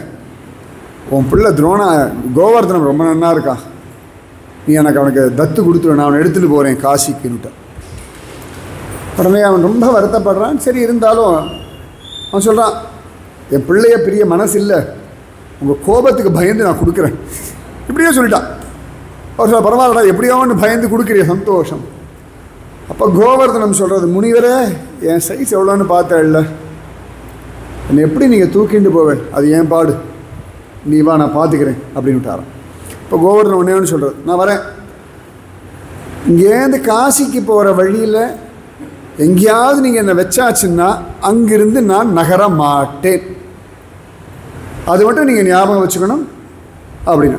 அதுக்கு என்னன்னு சொல்லி இவர் பெரிய ரூபம் எடுத்துக்கிறாராம் புலஸ்தியர். பல வருஷங்கள் தபஸ் பண்ணக்கூடியவர். இந்த மகாத்மாக்களுக்கெல்லாம் இந்த அனிமா, மகிமா, லஹிமா, கரிமா இதெல்லாம் ரொம்ப ஈஸியாக வரும். ஆஞ்சநேயர் உடம்பை பெருசாக்கிக்கிறார், பூனை சைஸுக்கு மாற்றிக்கிறார், ரொம்ப நுணுக்கமாக மாற்றிக்கிறார், நிறைய இருக்குது இல்லையா. இப்போ நமக்கு இந்த உடம்பை மெயின்டைன் பண்ணுறதே கஷ்டமாக இருக்குன்றோம். இவன் உடம்பை சிறுசாக்குறா, பெருசாக்குறா, குட்டியாக்குறா, லேசாக்குறா, ஹெவியாக்குறா. நமக்கு இந்த உடம்புல கால் பாரமாக இருக்குது, தலை பாரமாக இருக்குது, என்னமோ கையெல்லாம் பலகீனமாக இருக்குது, இப்படியெல்லாம் சொல்லிட்டு இருக்கோம். அவள் சல்லீஸாக உடம்பு பெருசாக்குறா, சிறுசாக்குறாள். அத்தனை தபஸ் இதெல்லாம் ப்ராக்டிக்கலாக பாசிபிளானா ஸ்ரீகிருஷ்ண சைத்தன்ய மகாபிரபு அந்த பிரேமையில் அப்படி ஆடுவார். ஹரே ராம ராம ராம ஹரே ஹரே, ஹரே கிருஷ்ண கிருஷ்ண கிருஷ்ண ஹரே ஹரேன்னு அப்படி ஆடும்பொழுது அவர் கை காலெல்லாம் அப்படி பெருசாக போயிடும். நிறைய பேர் வயசானவாளை பார்க்கலாம் இந்த ராதா கல்யாணத்துலலாம். இந்த தீப பிரதட்சணம் எல்லாம் கொண்டு கிழமாக இருக்கும், அப்படி ஆடுவா. சின்ன பசங்க ஆனா பிரச்சனை இல்லை, எல்லா அவளுக்கும் பிபி டயபிட்டிஸ் எல்லாம் இருக்கும். ஆனால் அந்த ராதா கல்யாணத்தில் தீப பிரதட்சத்தில் அந்த கிழவாளில் அவ்வளோ அழகாக ஆடுவாள். ஜம்முன்னு அந்த பலம், அந்த நாம ஜபம், அந்த ஒரு ஸ்ரத்த, அந்த பகவத் விஷயத்தில் ஒரு ருச்சி, அந்த மாதிரி இந்த புலஸ்தியர் பெருசாகி அந்த கோவர்தன மலையை அப்படி ஜாலியாக கொடையை மாதிரி தூக்கிட்டு வர்றார். முதல்ல கோவர்தன கொடையாக பிடிச்சதாருன்னா புலஸ்தியர் தான், அப்புறம் தான் கிருஷ்ணன். அப்படி தூக்கிட்டு இப்படி வரார். கரெக்டாக இந்த விரஜபூமி பக்கம் வந்தோடனே கோவர்தனத்துக்கு எல்லாம் ஞாபகத்துக்கு வருது. ராதாராணி சொல்லியிருக்கா, விரஜபூமி வந்திருக்கு, இந்த இடத்துல கிருஷ்ணலீலா நடக்க போகிறது, ராதையும் கிருஷ்ணனும் இங்கே ராசமெல்லாம் ஆட போகிறா. கொஞ்சம் ஹெவி ஆகிட்டான் பையன், கொஞ்சம் கனம் ஜாஸ்தி ஆகிடுது. அதுக்கு நடுவில் பார்த்தார் என்னமோ கொஞ்சம் சூச்சு வர மாதிரி இருக்குது அப்படின்னு அப்படி பயலை கீழே வச்சார். போயிட்டு சுத்தி பண்ணிட்டு ரைட் வா தூக்குறார். தூக்க முடியல. சொல்கிறார், ஏ கோவர்தனமே, காசி இன்னும் தூரம் இருக்குது, இது காசி இல்லை, கிளம்பணும், வா போகலாம். இந்த கோவர்தன கையை கூப்பிட்டு சொல்கிறார், மகரிஷே நான் ஏற்கனவே சொல்லியிருக்கேன், வச்சாச்சுன்னா கிளம்ப மாட்டேன்னு, இந்த விரஜபூமியை விட்டு கிளம்ப மாட்டேன்ட்டான். ரிஷிக்கு செம்ம கோபம், நீ பிளான் பண்ணி என்னை ஏமாத்திட்ட. அவருக்கு அது தோணலை, ஓ கிருஷ்ணலீலாவுக்காக கொண்டு வந்து வைக்கிற பாக்கியம் எனக்கு கிடச்சிருக்கேன்னு தோணலை. சில சந்தர்ப்பங்களில் அது மறந்து போயிடும். அது ரிஷிகளுக்கும் இப்படி உண்டு, பகவானுடைய மாயா பலம் இப்படியெல்லாம் உண்டு. கோபம் வந்துடுறது. கிருஷ்ணலீலா சரி அனுபவி, ஆனாலும் நீ பண்ண துரோகத்தை நான் மறக்க மாட்டேன், டெய்லி எள்ளளவு நீ குறைஞ்சுட்டே போன்னு சாபம் கொடுத்துட்டார். டெய்லி ஒரு எள்ளளவு குறையுமா, அவ்வளோ பெருசு இருந்தது. இன்றைக்கி எங்கேயாவது கோவர்தனம் அழிச்சுட்டு போனோம்னா எல்லாரும் கேட்பா, மலை எங்கே மலை எங்கே மலை எங்கே. ஒரு இடத்துல நான் காட்டுவேன், அங்கே சில இடத்துல மட்டும் தான் மலை தெரியும், இதோ பாருங்கோ. ஒருத்தர் கிட்ட கேட்டா, குருஜி மலையை கேட்டேன். நான் சொன்னேன், இதான்ப்பா, ஒரு 10 கல் அடுக்கி வச்சு ஒரு மாடி வசரம் கூட இல்லை, இது என்ன மலை, இதாண்டா மலை. ஒத்துக்கவே மாட்டேன். நான் சொன்னேன், இதுதான் மலை, நம்புடா. அப்புறம் இந்த கதையெல்லாம் சொன்னேன், இப்போ நம்புகிறேன். அதனால் எள்ளளவு குறைஞ்சுட்டே வருது, நம்ம கண்ணுக்கு தெரியாது. கிருஷ்ணன் இந்த மலையை தூக்கும்போது அவ்வளவு பெருசாக இருந்தது, அப்படியே குறைஞ்சி குறைஞ்சி குறைஞ்சி கலியுகத்தில் ஒரு ஸ்திதிக்கு அப்புறமா அந்த கோவர்தன மலையே அங்கே தெரியாது, அப்படி மண்ணோட மண்ணாக போயிடும், அவ்வளோதான். அதனால் இப்பயே பார்த்தா தான் உண்டு நமக்கு பாக்கியம், கோவர்தனத்தை பார்க்குற பாக்கியம். கோவர்தனம் சொன்னால் பரவாயில்ல மகரிஷே, அதனால் தப்பில்லைன்னு சொல்ல புலஸ்தியர் அப்புறம் கோச்சிண்டு காசிக்கு போயிட்டார். சரியா, காசிக்கு போக வேண்டிய மலை, ஆனால் விரஜபூமியில் வந்து நின்றுடு. இப்படி தான் விரஜபூமியும் வந்தது சொல்லிட்டேன், தீர்த்தராஜன் எப்படி கொண்டாடினான்னு சொன்னேன், கோவர்தனம் எப்படி வந்தான்னு சொன்னேன். அது மாதிரி தான் யமுனாவும் வராள், கங்கையோட வராள். அதுக்கப்புறம் அதுவும் கதை அப்படி ஃபுல்லாக கீழே இறங்கி அதன் பிறகு அவள் கோலோகத்துக்கு போகிறாள். இந்த கலிந்த நதியிலேயே அவள் இருக்கா, அவளை அங்கே ஒரு மாளிகை கட்டிண்டு கிருஷ்ணனுக்காக காத்துன்னு இருக்காள் அப்படின்னு பாகவதம் எல்லாத்தையுமே சொல்கிறாள். ஸோ இப்படி இந்த கோவர்தனம், விரஜபூமி, காளிந்தி எல்லாரும் இறங்கி வந்தாச்சு. அந்த பிருந்தாவனம், அந்த இடத்துக்கு தான் நாம் போகிறோம்னு இந்த சன்னந்தர் சொல்கிறார். எல்லாருக்கும் செம்ம குஷி. ரைட், வண்டி மாடெல்லாம் கட்டிண்டு எல்லா பொருளையும் எடுத்துண்டு மகாவனத்தையே காலி பண்ணிட்டு கிளம்பிடுறார். மகாவனத்தையும் ஊரே காலி பண்ணிடுறார், வேண்டவே வேண்டாம். எங்கள் கிருஷ்ணனுக்கு சௌகரியமாக இல்லாதது அந்த ஊரே வேண்டான்னு ஒரு ஊரையே திரஸ்கரிச்சுட்டு அப்படியே எல்லாரும் கிளம்புறா. மாட்டு வண்டிகள்லாம் கட்டிண்டு எல்லாரும் கிளம்புறா. நந்த கிராமம் போகலாம்னு போகிறார். உடனே விஷபான தேவரும் முடிவு பண்ணிட்டார், ராவல் தான் ராதாராணியினுடைய பிறந்த ஸ்தலம். மகாவனத்தில் ஒரு 2-3 கிலோமீட்டர் தான் கோகுலத்துலேருந்து. அவருக்கு நந்தகோபர் தான் க்ளோஸ் ஃப்ரெண்டு. பசங்கள்லாம் விளையாடுறதுக்கு, என் பொண்ணு விளையாடுறதுக்கு பசங்கள்லாம் வேணும், நானும் கிளம்புறேன் அப்படின்னு அவர் கிளம்பி அந்த பிருஹத்பானுபுரம் அந்த மலைக்கு போயிடுறார். விஷபானுபுரம் அந்த மலைக்கு, அதான் பர்சானா. இவர்களெல்லாம் கிளம்பி நந்த கிராமம் போகிறார்கள். இப்படி தான் இவா கோகுலத்திலிருந்து பிருந்தாவனம் போகிற விஷயம் கர்க சமிதியில் அவ்வளோ டீட்டெயிலாக சொல்கிறார். பாகவதத்தில் கிளம்புறதுக்கு முன்னாடி பழக்காரி விஷயம் வரும். இதில் பழக்காரி விஷயம் வர்றான்னா அங்கேயும் ஒரு உபநந்தர் சொன்னார், கிளம்பினார் மட்டும் இருக்கும். எல்லாரும் கிளம்பியாச்சு. ஜோராக வண்டி மாடு கட்டிண்டு ஆடிண்டும் பாடிண்டும் குதிச்சுண்டும் யங்ஸ்டர்ஸ் எல்லாம் அந்த வண்டி மாடுகளுக்கெல்லாம் செக்யூரிட்டி கார்டாக எல்லா பக்கமும் நடந்துண்டு இந்த வண்டி மாடுகள்லாம் போக, வயசானவா ஸ்திரீகள் குழந்தைகள்லாம் வண்டியில் உட்காந்துருக்க, எல்லோரும் ஜாலியாக கிருஷ்ண கீர்த்தனை பாடிண்டு ஜம்முன்னு அழகாக மகாவனம் கோகுலத்திலிருந்து. இதுக்கு போய் கம்சன்கிட்டலாம் கேட்கவே இல்லை, இந்த இடத்துல அந்த இடத்துக்கு போகிறேன், கம்சன் நான் எங்கேயோ இரு, நீ பாட்டுக்கு எனக்கு தயிர் பால் மோர் மாதம் மாதம் கொண்டு வந்து கொடுத்துரு, அப்பப்போ அவ்வளோதான் அவனுக்கு வேணும், இது எங்கேயோ கிடக்கணும் அவ்வளோதான். எப்படி அவன் கண்ட்ரோலில் தான் அந்த பூமி எல்லாம் இருக்குது. எல்லாரும் கிளம்பி கிருஷ்ண கீர்த்தனை பாடிண்டு, சமயத்தில் நந்தகோபர் கிருஷ்ணனை தோளில் தூக்கிண்டு, பலராமனை தோளில் தூக்கிண்டு, உபநந்தன்கள் மாற்றி மாற்றி கிருஷ்ணனையும் பலராமனையும் தூக்கிண்டு, யசோதா ரோஹிணி எல்லாம் வண்டியில் உட்காந்துண்டு போகிற வழியில் அங்கங்கே நிறுத்தி இறங்கி எல்லாம் சாப்பிட்டு, நம்ம சொல்லலாம் ஆண்டவே உட்காந்து சாப்பிட்றோம். இது எல்லாம் என்ஜாய் பண்ணியிருக்கா கோபர்கள் கோபிகைகள். இந்த மாதிரி என்ஜாய் பண்ணுறதும் பக்தியில் தான் வரும். ஒன்று இதெல்லாம் மெட்டீரியலிஸ்டிக் வேர்ல்டு, ஆண்டவே உட்காந்து இப்படி சாப்பிட்லாமா? சாப்பிட்றதும் வாழ்க்கைக்கு அவசியம். அதை பகவத் பிரசாதமாக சாப்பிடணும், இவ்வளோதானே ஒழிய சாப்பிடவே கூடாது. நன்னா பயங்கரமாக சாப்பிட்டுட்டே இருக்கவனுக்கும் சித்தி ஆகாது, உடம்பை காய போடுறவாளுக்கும் சித்தி ஆகாது. உங்கள் உடம்புக்கு எது எவ்வளவு தேவையோ அதை அறிஞ்சு சாப்பிட்ற வரைக்கும் நல்லது. நாக்குக்கு பிடிச்சதுன்னு நான் சொல்லலை, உடம்புக்கு எவ்வளவு வேணுமோ, உங்கள் உடலுக்கு எவ்வளோ உழைப்பு இருக்கோ அந்த அளவுக்கு தான் ஆகாரம், அவ்வளோதான்.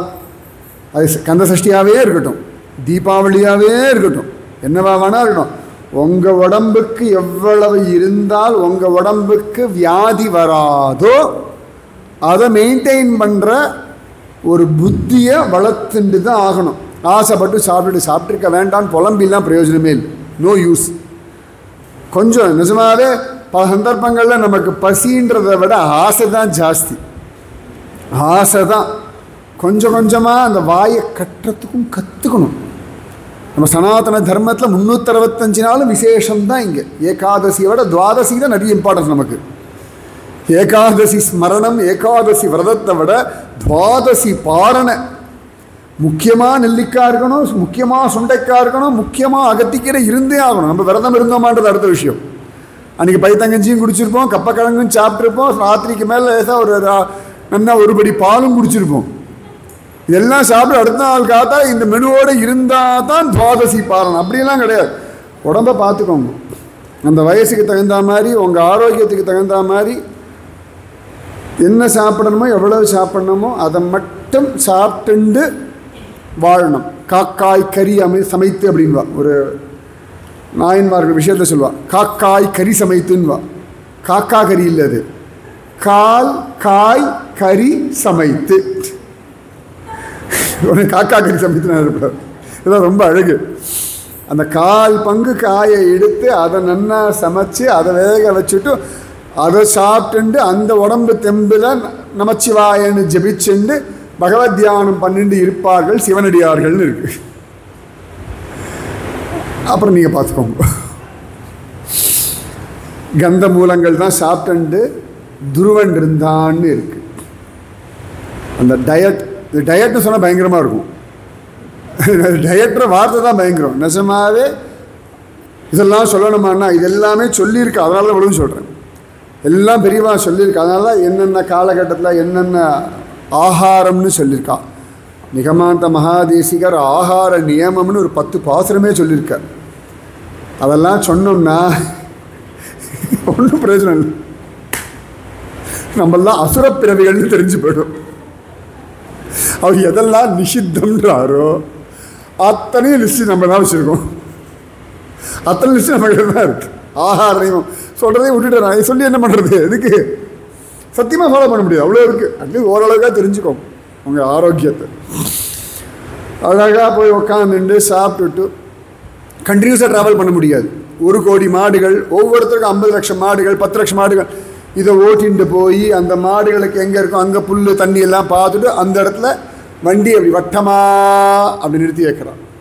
இன்றைக்கும் பிருந்தாவனத்து பக்கத்தில் சட்டீகரான்னு ஒரு இடம் உண்டு. சகடீகரான்னு அந்த இடத்துக்கு பேர். அதாவது வண்டியெல்லாம் சகடத்தெல்லாம் வண்டி அப்படி வட்டமாக நிறுத்தி வச்சுட்டு எல்லோரும் இறங்கி அங்கே உட்காந்து சமைச்சு எல்லாம் சாப்பிடுவா. அதுக்குள்ளே புருஷெல்லாம் போய் மாடெல்லாம் மேய்ப்பா, குழந்தைகள்லாம் விளையாடின்னு இருக்கும். சாயங்காலம் எல்லோரும் அந்த இடத்துல உட்காந்துட்டு இருப்பா. அந்த இடத்துல ஒரு மாதம் 2 மாதம் தங்குவா. அதுக்கப்புறம் ஃபர்தராக மூவ் பண்ணுவா. இப்படி தான் போகிறாள். இப்படி சிக்கன் இப்படி கிளம்பி நாளைக்கே போய் அந்த ஊர் செட்டில் ஆகிறதுலாம் கிடையாது. அந்த மாதிரிலாம் கிடையவே கிடையாது. அடுக்குலையை மாற்றினா 6 மாதம் சொல்லுவாள் ஸ்திரீகள்லாம். அடுக்குலை ஒரு புது வீடு போயாச்சுன்னா அந்த அடுக்குலை செட் ஆகிறதுக்கு ஒரு 6 மாதமாவது வேணும். அதை இதையோ செட் பண்ணிகிட்டே இருப்பாள். புது வீட்டுக்கு எல்லாம் போயிடுவான். இந்த ஸ்திரீகள் மற்ற எல்லாத்தையும் செட் பண்ணிவிடுவாள். இந்த அடுக்குலை மட்டும் பாருங்க, அது செட்டில் ஆகிட்டே இருக்கும். இங்கே வரைக்கும் செட்டில் ஆகலை, அது அடுத்த விஷயம். ஆனால் அவ்வளோ நாள் அந்த மாதிரி அவள் பிருந்தாவனத்தில் கொஞ்சம் நாள் கூட சட்டிகரான்னு அந்த இடத்துக்கு போயிடும். அந்த இடத்துல இன்னும் வீடுகள்லாம் கிடையாது, அங்கே தங்கினான் மட்டும் இருக்குது. இப்படி நகர்ந்து நகர்ந்து நகர்ந்து கடைசியில் போய் நந்த கிராமத்தில் போய் செட்டில் ஆகிறான்.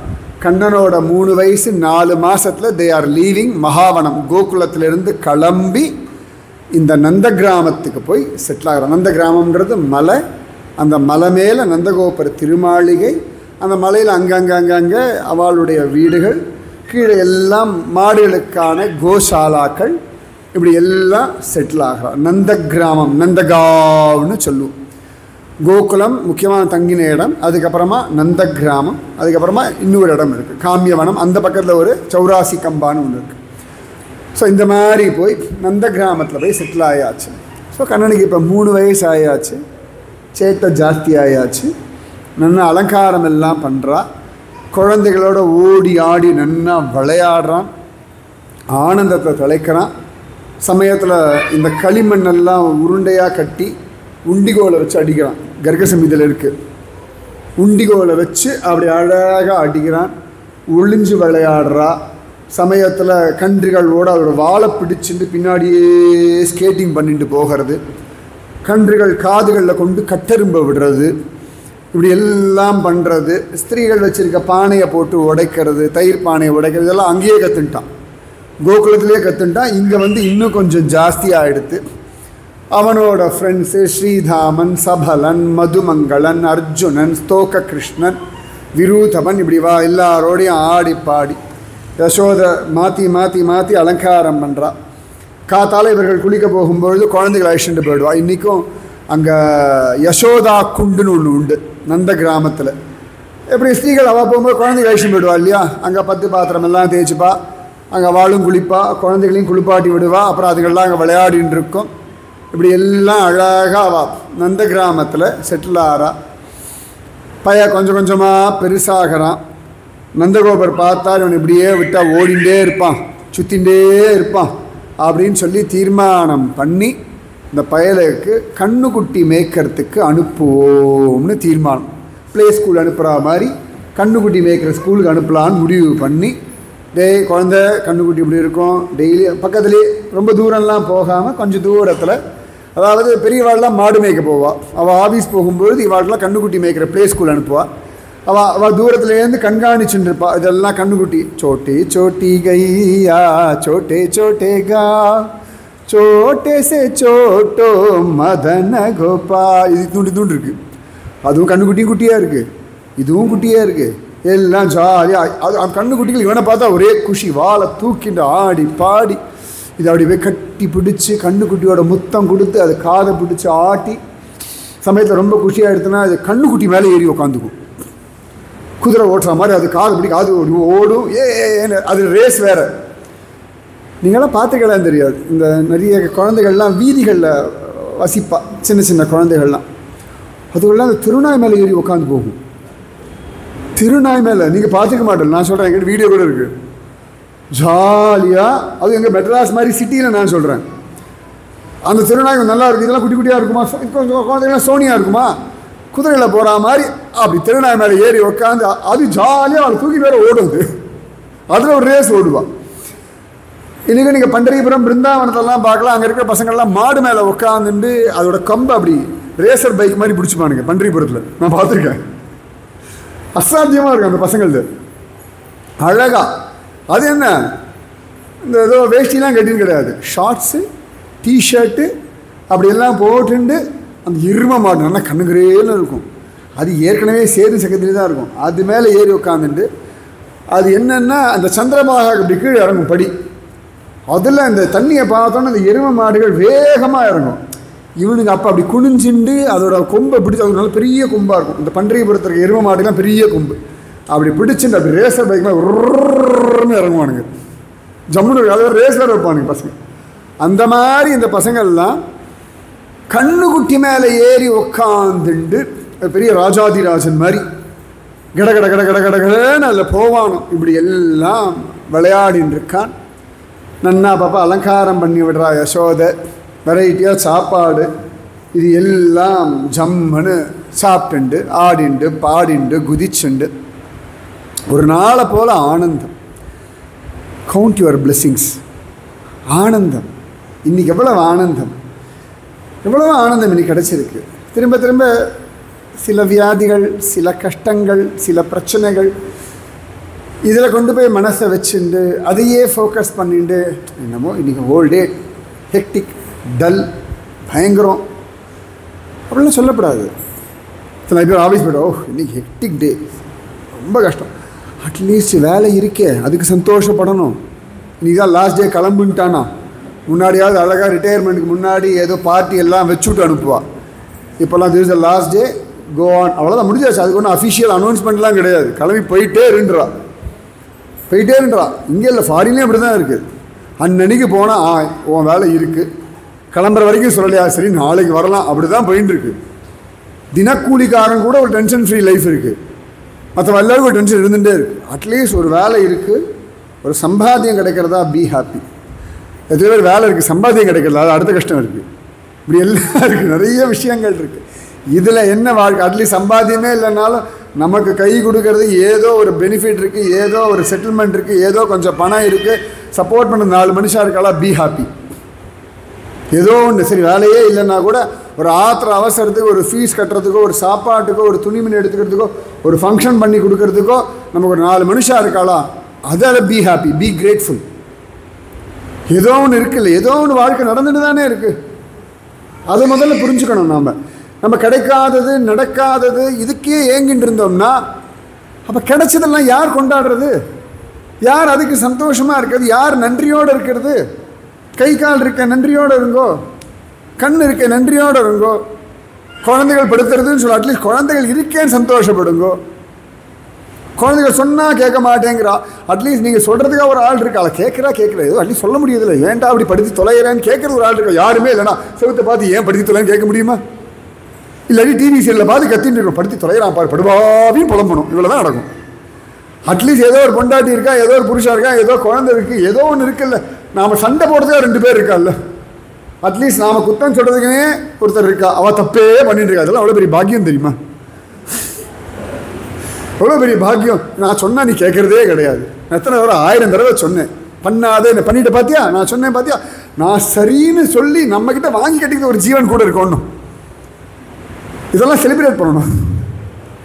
சின்ன சின்ன விஷயங்கள் வாழ்க்கையில் சந்தோஷமாக இருக்கிறதுக்கு 1000 கோடி விஷயங்கள் இருக்குது. எத்தனை கோடி இன்பம் வைத்தா எங்கள் இறைவன். வாழ்க்கைனா கஷ்டம் இல்லையா? நினச்சி பாருங்களேன், ஒரு ஊரையே விட்டுட்டு எல்லா ஜனங்களும் கிளம்புறான்னா எவ்வளோ பெரிய கஷ்டம். அது ஒரு செட்டில்மெண்ட்றது எவ்வளோ பெரிய கஷ்டம். எல்லாத்தையும் விட்டுட்டு அது மாடு கண்ணுக்குட்டிகள் திரும்பி போய் அதுக்கு ஒரு இடத்துல செட்டில் பண்ணுறதுலாம் சாதாரண விஷயமா? லைஃப் இஸ் லைக் திஸ், அவ்வளோதான். இப்படி தான் இருக்கும். சில சந்தர்ப்பங்களில் இப்படி தான் நகர வேண்டியிருக்கும். அந்த இடத்துல போய் புதுசாக வாழ்க்கையை ஆரம்பிக்க தான் வேண்டியிருக்கும். அங்கே டிஸ்கம்ஃபர்ட் இருக்கத்தான் செய்யும். அதையும் சேலஞ்சாக எடுத்துட்டு வாழத்தான் பழகி கொள்ளணும். ஆப்ஷனே கிடையாது. நிறைய குழந்தைகள் ஃபாரின் போவா, ஆசீர்வாதம்லாம் வாங்கிட்டு போகும். போய் 3ஆவது நாள் புலம்ப ஆரம்பிக்கும். தெரியாமல் எனக்கு வேறு ஃபோன் பண்ணிவிடும், நல்லா வாங்கி கட்டும்.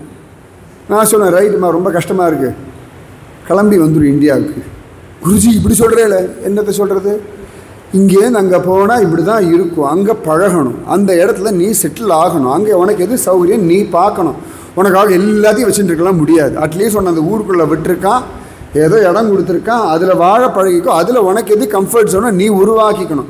உனக்கு எல்லாமே இங்கே அப்பா அம்மா இருந்தா பார்த்தனா கூட்டுன்னு போ, அவளுக்கு குளிர் ஒத்துக்காது, சொட்டரை வாங்கி கொடு, செலவு பண்ணி ஆயிடுச்சுன்னு போனேன், ஒரு மாதத்தில் முடியலைன்றா திருப்பி அனுப்பி விடு. இவ்வளோதான் பண்ண முடியும், வேறு என்ன பண்ண முடியும்? எல்லாத்துக்கும் புலம்பிண்டு, எல்லாத்துக்கும் குத்தம் சொல்லிட்டு, எல்லாத்துக்கும் நை நை நை நைனா அப்புறம் வாழ்க்கையில் ஒரு சேலஞ்சுமே இல்லை. ஞானிக்கே சேலஞ்சு உண்டு, சன்னியாசிக்கே சேலஞ்சு. சன்னியாசி எல்லாத்தையும் விட்டு யாருக்காவது சன்னியாசிக்கு எவ்வளோ சேலஞ்சஸ் இருக்குது தெரியுமா? நம்மளை பார்க்குறது பெரிய சேலஞ்சு. நம்ம எல்லாரும் போய் புலம்பின்ட்டுருப்போம், எல்லாத்துக்கும் ஆசீர்வாதம் பண்ணிட்டு எவ்வளோ கஷ்டம். எல்லாருக்கும் சேலஞ்சஸ். பத்மநாபருக்கு இல்லையா சேலஞ்சஸ்? எத்தனை சேலஞ்சஸ் இருக்குது. அது உள்ளுக்குள்ளே எத்தனை பேர் எத்தனை சண்டை போட்டுட்டு இருக்கா, என்ன கத்துறா. வெளிலேந்து எவனா வந்து கோவிந்தான்னு கத்தினா கத்துறா, சு சாமி தூங்கிட்டு இருக்காருன்னு. அந்த பக்கம் இப்படி எங்கேயாவது போனால் ஒவ்வொன்றும் கத்துறதை பார்த்தா கோவிந்தாவே பரவாயில்லன்னு தோன்றுறது நமக்கு. அவன் கோவிந்தான்னு பகவான் நினச்சா கத்துறான். அங்கே அத்தனை கத்தின்னு இருக்கா சம்பந்தமே இல்லாமல். ஆனால் இவா சொல்லுவா, ஷே பத்மநாபர் அப்படின்வா, இவா கத்துவா. அவ்வளோதான். பத்மநாபருக்கு இல்லாத சேலஞ்சஸா, ராமானுஜருக்கு இல்லாத, சங்கரருக்கு இல்லாத என்ன இல்லை?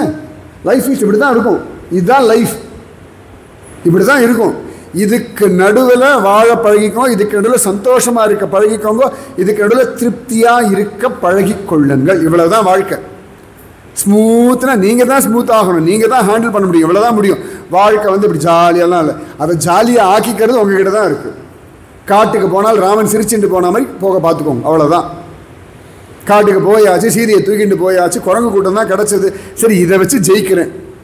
குரங்கு கூட்டத்தை வச்சுன்னு ஒருத்தன் ஜெயிக்க முடியும்னா ராமனால் மட்டும்தான் முடியும். நம்மளாம் ஒரு குரங்கை பார்த்தாலே 1000 தூரம் ஓடுறோம். இத்தனை குரங்கை பிடிச்சி கைடு பண்ணி இது எல்லாத்துக்கும் சொல்லி கொடுத்து, அதுக்கு தெரிஞ்ச யுத்தமே வேறு, அசுர பயல்கள் தெரிஞ்ச யுத்தமே வேறு, தர்ம யுத்தம் தெரிஞ்ச ஒரே ஒருத்தன் இங்கே ராமன் மட்டும்தான். நினச்சி பாருங்க, நமக்கு அசிஸ்டன்ட்னு ஒரு ஆளை போட்டால் இவாளை மேய்க்கிறது ஒரு அடுத்த வேலையாக இருக்கும், அவளை மேய்க்கிறது அதோட வேலையாக இருக்கும். அவ்வளோதான். சரி இதை வச்சு ஓட்டுவோம், அவ்வளோதான். இதுதான் வாழ்க்கை, இதுதான் வாழ்க்கை. இந்த ரியாலிட்டியை அக்செப்ட் பண்ணணும்.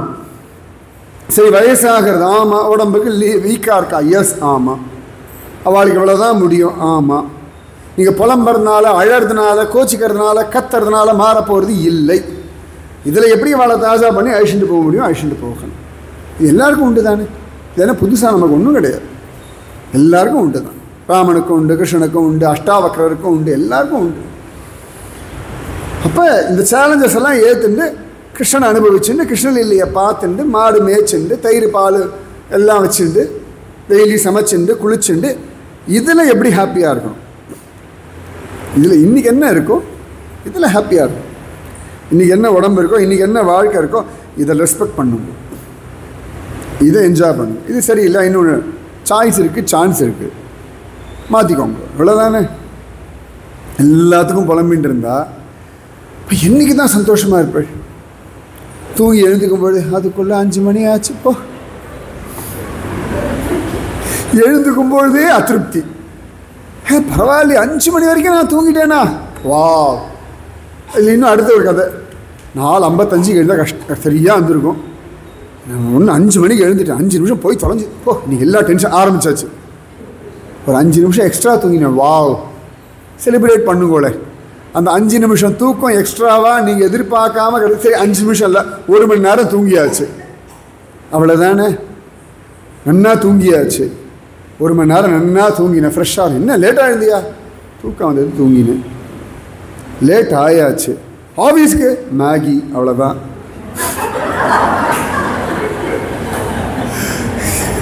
வேணா 4 முந்திரி பாதாம் எல்லாம் போட்டு தரேன் மேகியில், ஸ்பெஷல், எக்ஸ்ட்ரா ஸ்பெஷல், அவ்வளோதான். எல்லாத்தையும் சீரியஸாக எடுத்துட்டா சரி. ஆஃபீஸுக்கு போகிறோம், டிராஃபிக், ஒரு 5 நிமிஷம் லேட் ஆகிடுது, டிராஃபிக்கில் நின்றுட்டோம், தாண்ட முடியல. மாடன் கோவில் பக்கத்துலேயே நிற்கிறோம், ஒன்றும் சரியில்லை, அமைஞ்சில்லை. அட்லீஸ்ட் மாடனையாக பார்த்து எப்படா இருக்க, இங்கேயே ஓரத்தில் இருக்கியே, ஏதோ ஆண்டவே டெய்லி போகிறோம் பார்க்கணும்னு நினச்சிப்பேன். அட்லீஸ்ட் இன்றைக்கி traffic, hi how are you, இங்கேருந்து கையை கூப்பிட்டு மாடா மாடா மாடா மாடான்னு சொல்லிட்டு இருக்கலாம்ல. ஆப்பர்ச்சுனிட்டி யூட்டிலைஸ் பண்ணிக்கணும். தெற்கே இருக்கும் ஆனவாளத்தில் போய் நின்றுட்டோம், இந்த பக்கம் காசை போய் நிற்க, நேரம் பத்மநாபர் சன்னதி தெரியுதா, பத்மநாபா உட்கார வேண்டியது தானே. இல்லாட்டி அங்கே போய் நிற்க போகிறது கிடையாது. என்ன இப்போ எல்லாத்துக்கும் ஒரு டென்ஷன், எல்லாத்துக்கும் ஒரு குத்தம் சொல்லி எல்லாத்துக்கும் ஒரு ஜஸ்டிஃபை பண்ணிட்டு இருந்தா இப்போ நீங்கள் வாழ வேண்டிய காலத்தில் வேறு யார் வாழ்வ? இந்த ஆனந்தம் இன்னைக்கு கிடைக்கிற இந்த ஆனந்தத்தை நாளைக்கு ஃபார்வேர்டெலாம் ஆகாது, கேரி ஃபார்வேர்டெலாம் பண்ண முடியாது. இப்போ 3 வேளை சாப்பிடல, 3 வேளை சாப்பாட்டை சேர்த்து சாப்பிட முடியாது இல்லை, அவ்வளவுதான். அதே மாதிரி தான் காத்தால ஆனந்தத்தை காத்தால தான் அனுபவிக்கணும், மத்தியான ஆனந்தத்தை மத்தியானம் தான் அனுபவிக்கணும், தூக்கத்தோடைய ஆனந்தத்தை தூக்கத்தை தான் அனுபவிக்கணும். இதை கேரி ஃபார்வேர்ட் பண்ணி நான் 3 நாள் நன்னா தூங்குறேன், சத்தியமாக அன்றைக்கி தான் தூக்கமே வராது. நீங்கள் ஒரு வேலையில் நன்னா தூங்கலாம். அந்த பசங்கள்லாம் சொல்லுவாள், யங்ஸ்டர்ஸ் ரொம்ப துக்கமாக இருந்தான் ஒரு பையன். ஒரு சண்டே அன்றைக்கி என்னடா ஆச்சுன்னு, நல்லா தூங்கலான்னு நினச்சேன் குருஜி, ஆஃபீஸ் போகிற அன்றைக்கெல்லாம் 7:30 மணி வரைக்கும் தூக்கம் வருது. இன்றைக்கி ஒரு வேலை இல்லை தூங்கலான்னு பார்த்தா 5:30 மணிக்கு தூக்கம் கெட்டு போயிடுது. பெரிய புலம்பல், பெரிய புலம்பல். சமயத்தை என் பிள்ளை சீக்கிரம் வந்து என்னடா ஆச்சுடான்னா, தூக்கம் வரலப்பா. நான் அதுக்கேண்டா வருத்தப்படுற, ஃப்ரெஷ்ஷாக தானே இருந்து அடுத்த வேலையை பாடுறான். நமக்கு எதையுமே கொண்டாட தெரிய மாட்டேங்கிறது. கொண்டாடணும், ரசிக்கணும். வேலை போயிடுது, சரி வேலை போயிடுது, என்ன பண்ணலாம், அடுத்த வேலையை பார்க்கலாம், அவ்வளோதானே. உட்காந்து அழுதுன்னு இருந்தால் என்ன பண்ண முடியும்? ஒன்றும் பண்ண முடியாது. யுத்தத்தில் வந்து பண்ணலாமா வேண்டாமா அர்ஜுனன் கேட்டான். கிருஷ்ணன் பகவத்கீதை எல்லாம் சொன்னான். என்னடா பண்ணோம்? யுத்தம் பண்ணு. இது ஆரம்பத்தை சொல்லிட்டு போயிருக்கலாமேடா. இதுக்கு ஒரு 1.5 மணி நேரம் பகவத்கீதை உபன்யாசமா? இதை விட கஷ்டம். எல்லா உபன்யாசமும் கேட்டு யுத்தமெல்லாம் பண்ணியாச்சு, அபிமன்யு போயாச்சு, ஓன்னு அழறான் அர்ஜுனன். கிருஷ்ணன் அதை விட ஜாஸ்தி அழறான், கத்தி கத்தி அழறான். அர்ஜுனன் கேட்டான், சார் என்ன ஆசரா பாடுறா, உன் மருமா போயிட்டான்னு உனக்கு எவ்வளோ துக்கம். இத்தனை கீதை கேட்டு நீ அழறையாடா படுபாவி, அந்த துக்கம் தாங்க முடியாமல் அழற. அபிமன்யு போனதில் அடுத்து அவன் போகிறான்னு தெரியும், அது கழுகல்ல. இவ்வளோ நேரம் உனக்கு கீதை ஆரம்பத்தில் அப்படியே டே ஆத்மா பரமாத்மா கர்மா எல்லாம் சொன்னேன்னு இத்தனையும் கேட்டு இப்படி உட்காந்து தலைபாட அடிச்சு அழறையே. இதை நினச்சி நான் அழறேன், அவன் போனவனை நினச்சி இல்லை, இருக்கிற ஒன்றை நினச்சி அழறேன், உனக்கு சொன்ன என்ன நினச்சி நான் அழறேன் அப்படின்னு நான் கண்ணு. அந்தந்த க்ஷணம், அந்தந்த வாழ்க்கை, அந்தந்த விஷயங்கள் இதை அனுபவிக்க கற்றுக்கும். அவர் தெரிஞ்சே மணி அடிக்கிறார்.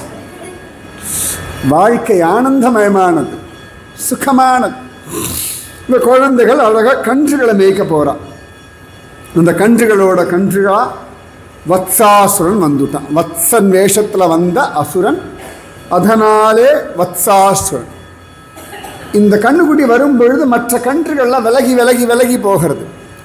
அந்த கன்று வந்து கொஞ்சம் எல்லாரையும் போய் முட்டிகிட்டே இருக்குது. அதனால் பசங்கள்லாம் பயப்படுறானுங்க, எல்லாரும் ஒதுங்கி ஒதுங்கி போகிறான். பசங்களுக்கு தெரியல, இது ரொம்ப படுத்துருதாங்க, இந்த கன்றுக்குட்டி ஒன்றும் சரியில்லை, சும்மா சும்மா வந்து முற்றுறது. மற்ற கன்றுகள்லாம் இந்த வத்சாசுரன் பக்கத்தில் வரும்பொழுது அதுங்களுக்கு அந்த வாசனை தெரிகிறது. ரூபம் என்னமோ கன்றுக்குட்டி ரூபம், ஆனால் நம்ம வாசனை இல்லை. அந்த மாட்டோட வாசனை இவனுக்கு இல்லை. பசுந்தோல் போர்த்திய புலின்னு சொல்லுவா இல்லையா, நமக்கு வேணா தெரியாமல் இருக்கும், அதுங்களுக்கு நன்னாவே தெரிஞ்சிடும். இப்போ எல்லாம் ஒதுங்கிறது. அது வந்து கடைசியில் கிருஷ்ணனை பின்னங்காலில் அப்படி உதைக்கிறான். ஆனால் எல்லாருக்கும் போகுது, கிருஷ்ணா ஒன்றை உதைக்கிறதுடா. அது அப்படி தான் திரும்பி வந்து உதைக்கிறான்னா, பகவான் அப்படி பின்னங்காலை பிடிச்சா அப்படி தலைக்கு மேலே சுற்றினா கீழே அடித்தான். அடித்தோன்னு அது திரும்பி பின்னாடி போய் திரும்பி வந்து தான் பகவான் திரும்பி அப்படி பிடிச்சான், பின்னங்காலை பிடிச்சான், தலைக்கு மேலே இப்படி வேகமாக சுற்றினான். அந்த சுற்றும் பொழுது அவனுடைய பீதாம்பரம்லாம் அப்படி ஆட, கழுத்தில் பண்ணுற மாலைகள்லாம் ஆட, மயில்பிலி படப்படப்படன்னு ஆட, அப்படி வேகமாக அப்படி சுற்றி அப்படி ஓங்கி ஒரு விழா மரத்தில் போய் அடித்தானான். கன்று குணிலாய் எறிந்தாய் கழல் போற்றி. பிருந்தாவனது ஓப்பனிங் செரமனி வத்சாசுர வதம் தான். கோகுலத்தில் பூத்தனா அந்த மாதிரி வீசி அடித்தான். அப்படி தொப்புன்னு விழுந்தான். அவன் சரீரத்திலேருந்து ஒரு உத்தமமான ஜோதி கிளம்பித்து நேராக வந்து கிருஷ்ணனில் ஐக்கியமாயிடுது. பகுலாஸ்வராஜா பிடிச்சுட்டான். சுவாமி அவன் என்ன புண்ணியம் பண்ணான், இந்த வத்சாசுரன் யாரா இருந்தான், என்ன பண்ணான், எப்படி அவனுக்கு இந்த பாக்கியம் கிடைச்சது கரெக்டாக கேட்டுட்டான். அவனுக்கு கிருஷ்ணனுடைய சுவாமித்துவம் எல்லாம் கேரண்டியாக தெரியும். கிருஷ்ணன் அசுரனை கொள்றது தானே வந்தான். ஆனால் இந்த அசுரன் என்ன பாக்கியம் பண்ணான், அதுவும் அந்த ஆத்மா இப்போ பூதனாலாம் கிளம்பி மேலே போனான். இப்படி தான் அவளுக்கு பாக்கியம் கிடச்சிருக்கு. இவன் அந்த ஆத்மா கிளம்பி நேர கிருஷ்ணனை போய் ஐக்கியமாகிறதான். எப்படி மகாராஜா சுவாதி திருநாள் பத்மநாபனுக்குள்ள ஐக்கியமானாரோ, எப்படி ஆண்டாள் ரங்கமன்னாருக்குள்ள, எப்படி நம்ம திருப்பானாழ்வார் ரங்கராஜனுக்குள்ள, எப்படி மீரா பேட்டு துவாரகாதீசனோட ஐக்கியமானவர், எப்படி ஸ்ரீகிருஷ்ண சைத்தன்ய மகாபிரபு தோட்டா கோபிநாதனோட அப்படி ஐக்கியமானாரோ, நிறைய பேர் சொல்லிட்டு போகலாம். அந்த மாதிரி ஒரு ஜோதி ஸ்வரூபனா இவன் ஜம்முன்னு அப்படி கிளம்பி அப்படி கிருஷ்ணனுக்குள்ளே ஐக்கியமாயிட்டான். பகவான் இப்படி இடுப்பில் கை வச்சு நிற்கிறான், நான் பாண்டுறங்கன் மாதிரி அடிச்சுட்டு அங்கேருந்து அந்த ஜோதி அப்படி கிளம்பி அப்படி வந்து அப்படி கிருஷ்ணன் வந்து அப்படி பகவான் ஏற்றுட்டேன்னு. இப்போ எப்படி நம்ம ஒரு லட்டு எடுத்து வாயில் போட்டு அந்த மாதிரி அந்த ஜீவனை தன்னோட சேர்த்துட்டான் அசுரன். ஆனால் சுவாமியோட சரீரத்துக்குள்ள இந்த சாரூபியம், சாயுஜ்யம், சாலோக்கியம் இப்படிலாம் சொல்லுவோம் இல்லையா, எத்தனை உண்டு? 4 விதமான சதுர்வித முக்தி உண்டு. சாரூபியம், சாமீபியம், சாலோக்கியம், சாயுஜ்யம் சொல்லும். சாரூபியம் அவனோட ரூபம் மாதிரியே துந்துகாரி, அஜாமிலன் இவாளுக்கெல்லாம் சாரூபிய முக்தின்னு இருக்குது இல்லையே, பின்னாடி சில பேர் கூடி வரும். சாமீபியம் அவன் பக்கத்தில் இருக்கிறா போல உண்டு. அதுக்கப்புறமா சாலோக்கியம் அவன் லோக்கத்தில் இப்படி திருவனந்தபுரத்தில் நீங்கள் இருக்க இல்லையா, நாங்களாம் பத்மநாபர் பக்கத்தில் இருக்கோம், கோட்டைக்குள்ளே இருக்கோம், கோட்டைக்கு வெளில இருக்கோம் அப்படின்னு இல்லையா, சாலோக்கியம்னு பேர் இதுக்கு. சாயுஜ்யம் அவனோட அவன் மேனி ஆனேனோ திருப்பானாழ்வாரை போலேன்னு பெண் பிள்ளை சொல்லுவான். அவன் மேனியில் ஒன்றாக ஆயிடுறது. இப்போ நமக்கெல்லாம் சொன்னால் இந்த மொபைலில் நம்ம மேனியோடு ஆயிடுத்தோன்னு அப்படி தான் ஆயிட்டுருக்கு. அவன் மேனி ஆயிடுத்து. அந்த மாதிரி பகவான் மேனியோடு இவன் கலந்து விட்டானோ. பகுலாஸ்வன் கேட்டான், யார் இவன், என்ன புண்ணியம் பண்ணான் சொல்கிறா. ரொம்ப அழகா முரன்னு ஒரு அசுரன் உண்டு. இந்த நரகாசுரன் விஷயத்துலலாம் நிறைய பேர் உண்டு. முரன்னு ஒரு அசுரன், அவனுக்கு ஒரு பிள்ளை பிரமீலன்னு பேர். அவனுக்கு பெரிய அசுரன், பெரியவன், நிறைய பேரை ஜெயிச்சிருக்கான், தேவர்களெல்லாம் ஜெயிச்சிருக்கான், நல்ல விஷயம் தெரிஞ்சவன், ஞானமுடையவன். நம்ம நினச்சிட்டு இருக்கோம் அசுராளுக்கெல்லாம் ஞானம் இல்லைன்னு. நல்ல ஞானம் உண்டு, அதை தாண்டி அகம்பா உண்டு. அங்கே தான் பிரச்சனை. இந்த இரண்யாக்ஷன் போன பிறகு இரண்யகசிபு அவளுக்கெல்லாம் சமாதானம் சொல்லுவான். அந்த விஷயம் மட்டும் வெறுமை படித்தோம்னா, வா என்ன பியூட்டிஃபுல் லைஃப் விஷயத்தை சொல்கிறான், ஆத்ம விஷயத்தை இப்படி யார் சொல்ல. மேலே பார்த்தா இரண்யகசிபுவாச்ச அமக்கலமாக இருக்கும். அந்த மாதிரி இந்த துர்காதேவியை அடித்து முடித்து துர்காதேவி சொன்னதுக்கப்புறம் கம்சன் பேசுவான் வசுதேவர் தேவகின் இடத்துல.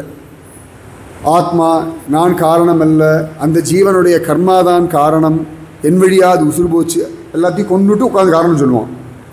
அமக்கலமாக காரணம் சொல்லுவான். ஆனால் ரொம்ப அழகாக இருக்கும் அந்த அவளுடைய அந்த வாக்கியங்கள்லாம். ருக்மிணியை கிருஷ்ணன் தூக்கின்னு போயிடுவான். சிசுபாலனுக்கு ஜராசந்தன் உபதேசம் பண்ணுவான். அவன் ஃப்ரெண்ட்ஸ் எல்லாம் நல்லா பிபத்த பாகவதம், ரொம்ப அழகாக இருக்கும். என்னடான்னா இது வேறு இப்போ காலம் அவனுக்கு சாதகமாக இருக்குது. வெற்றி ஜெயம் அபஜயம் எல்லாம் ரொம்ப காமன். இப்போதைக்கு அவனுக்கு காலம் சௌகரியமாக இருக்குது, அவன் எடுத்துகிட்டு போயிட்டான். நமக்கு ஒரு காலம் வரும், அது வரைக்கும் கொஞ்சம் சமாதானமாக இரு. இப்போ இதையே நினச்சி மனசு அப்படின்னு நொந்து போய் உட்காந்து விடாது, இதுவும் கடந்து போகும்னு வெளியில் வா. ரொம்ப அழகாக இருக்கும் அந்த உபதேசம், ரொம்ப அழகாக பேசுவாவா. அவ்வளோதான், இதுதான் ரியாலிட்டி. நாம் தோத்துட்டோம் ஒத்துக்கோ அப்படின்றா. தோத்தாச்சு ஒத்துக்கோ. அவளை இழந்துட்டோம், அவன் தூக்கிண்டு போயிட்டான், இது சத்தியம், அக்செப்ட் பண்ணிக்கோ, இன்னொரு சந்தர்ப்பத்தில் பார்த்துக்கலாம். ரொம்ப அழகாக இருக்கும் அந்த வாக்கியங்கள். ஸோ எல்லாம் அவளுக்கு தெரியும். ஆனால் அதை தாண்டி ஒரு ஈகோ, அதை தாண்டி ஒரு செல்ஃப் ப்ரைட், அதை தாண்டி ஒரு அரகன்ஸ், இது அவளை படுத்துறது. நமக்கு எல்லாம் தெரியுது, ஆனால் அதை தாண்டி தானே எல்லாம் வளரணும். அந்த மாதிரி அவன் இருக்கான். அவ்வளவு சேட்டையெல்லாம் அவன் பண்ணிட்டு இருக்கான். ஒரு நாள் அவன் ஜம்முன்னு போகிறான், வசிஷ்டருடைய ஆசிரமத்துக்கு போகிறான். ஏற்கனவே ஒரு பசு உண்டு இல்லையா, அந்த பசு தான் எல்லாத்துக்கும் பிரச்சனைக்குமே காரணம் இருக்குது. அங்கே நந்தினி பசு இருக்கா, அவள் தான் எல்லாத்துக்கும் எல்லாம் கொடுத்துருக்க. வசிஷ்டருக்கு கூட விஸ்வாமித்திரர் அதுதானே ஆசைப்படுறார். அப்போ அந்த நந்தினி பசுவை பார்க்குறான். இவனுக்கு பார்த்தான், இது எப்படியாவது வாங்கிட்டு போயிடணும், இதை அபகரிச்சுட்டு போனால் இவர் சாபம் கொடுத்துருவார் வசிஷ்டர். அவன் கில்லாடி, சேஃபாக இவிட தானமாக வாங்கிட்டு போயிடணும்னு முடிவு பண்ணிட்டான். பிராமண வேஷம் போட்டுன்னு வந்துட்டான். ஜம்முன்னு பூனெல்லாம் போட்டுண்டு நன்னா உச்சி குடுமையெல்லாம் வச்சுண்டு ஃபஸ்ட் கிளாஸாக கமண்டலம் இதெல்லாம் எடுத்துண்டு ஜம்முன்னு நேராக வந்துவிட்டான். வந்துட்டு வசிஷ்டரை பார்த்து கையை கூப்பிண்டான். ரொம்ப சந்தோஷம், நான் ஒரு சாதாரண பிராமணன், இந்த நந்தினி பசுவை கொடுத்தேன்னா ஆனந்தமாக நான் பாட்டுக்கு யாக யஜ்ஞாதிகள் பண்ணிட்டு லோக க்ஷேமார்த்தமாக வாழ்ந்துட்டு இருப்பேன். இப்படி எல்லாம் பொய்ய சொல்கிறான். வசிஷ்டருக்கு நல்லா தெரியறது இவன் அசுரன்னு. ஒன்றும் பேசலை. பேசி என்ன பண்ணுறது? அவன் தெரிஞ்சே வந்திருக்கான், இல்லாட்டி அடித்து இழுத்துட்டு போவான் பசுவை. அவருக்கு பசு கஷ்டப்பட வேண்டாம். உடனே அவர் சொன்னார், நீ நந்தினிக்கிட்டேயே கேளுப்பா, அவளுக்கு ஓகேன்னா அப்படின்ட்டார். அவ்வளோதான். நேராக வந்தான். நந்தினி, நான் பிராமணன், அது தெய்வ பசு, அது தெரியாமல் இருக்குமான்னு அழகாக சொன்னோன்னு நந்தினிக்கு பயங்கர கோபம் வந்துடுத்து. பிராமண வேஷம் போட்டுண்டு என் மேலே ஆசை வச்சு கேட்குறல்ல, நீ பேசாமல் ஒன்று பண்ணு, நீ கன்றாக போயிடுன்னு சாபம் கொடுத்துட்டான்.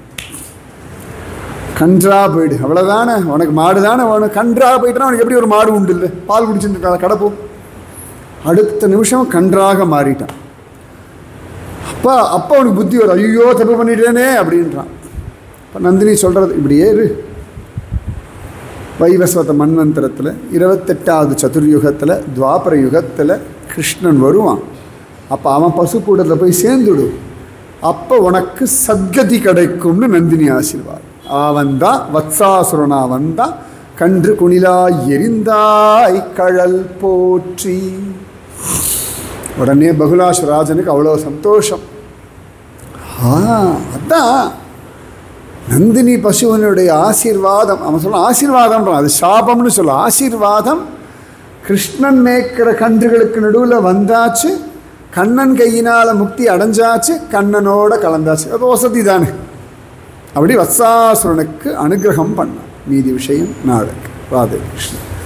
ராதே கிருஷ்ணா கிருஷ்ணா ராதே ராதே கிருஷ்ணா கிருஷ்ணா ராதே ராதே கிருஷ்ணா கிருஷ்ணா ராதே ராதே கிருஷ்ணா கிருஷ்ணா ராதே. जय भोलो सद्गुरुनाथ भगवान की जय. समस्त भागवदल को जय. गोविंद नाम संकीर्तनम गोविंदा. जय जानकी कांत स्मरणम जय जय राम राम. गोपिका जीवन स्मरणम गोविंदा गोविंदा. ஆழ்வார் திருவடிகளே சரணம், ஆண்டாள் திருவடிகளே சரணம், எம்பெருமானார் திருவடிகளே சரணம். சர்வம் குருவர்ப்பணம். जय श्री राधे कृष्णा सत्संग की जय. जय श्री पूज्य श्री श्री अम्मावक जय. जय श्री भारत माता की जय. सर्वत्र पद्मनाभ नाम संकीर्तनम पद्मनाभा पद्मनाभा. राधे कृष्ण.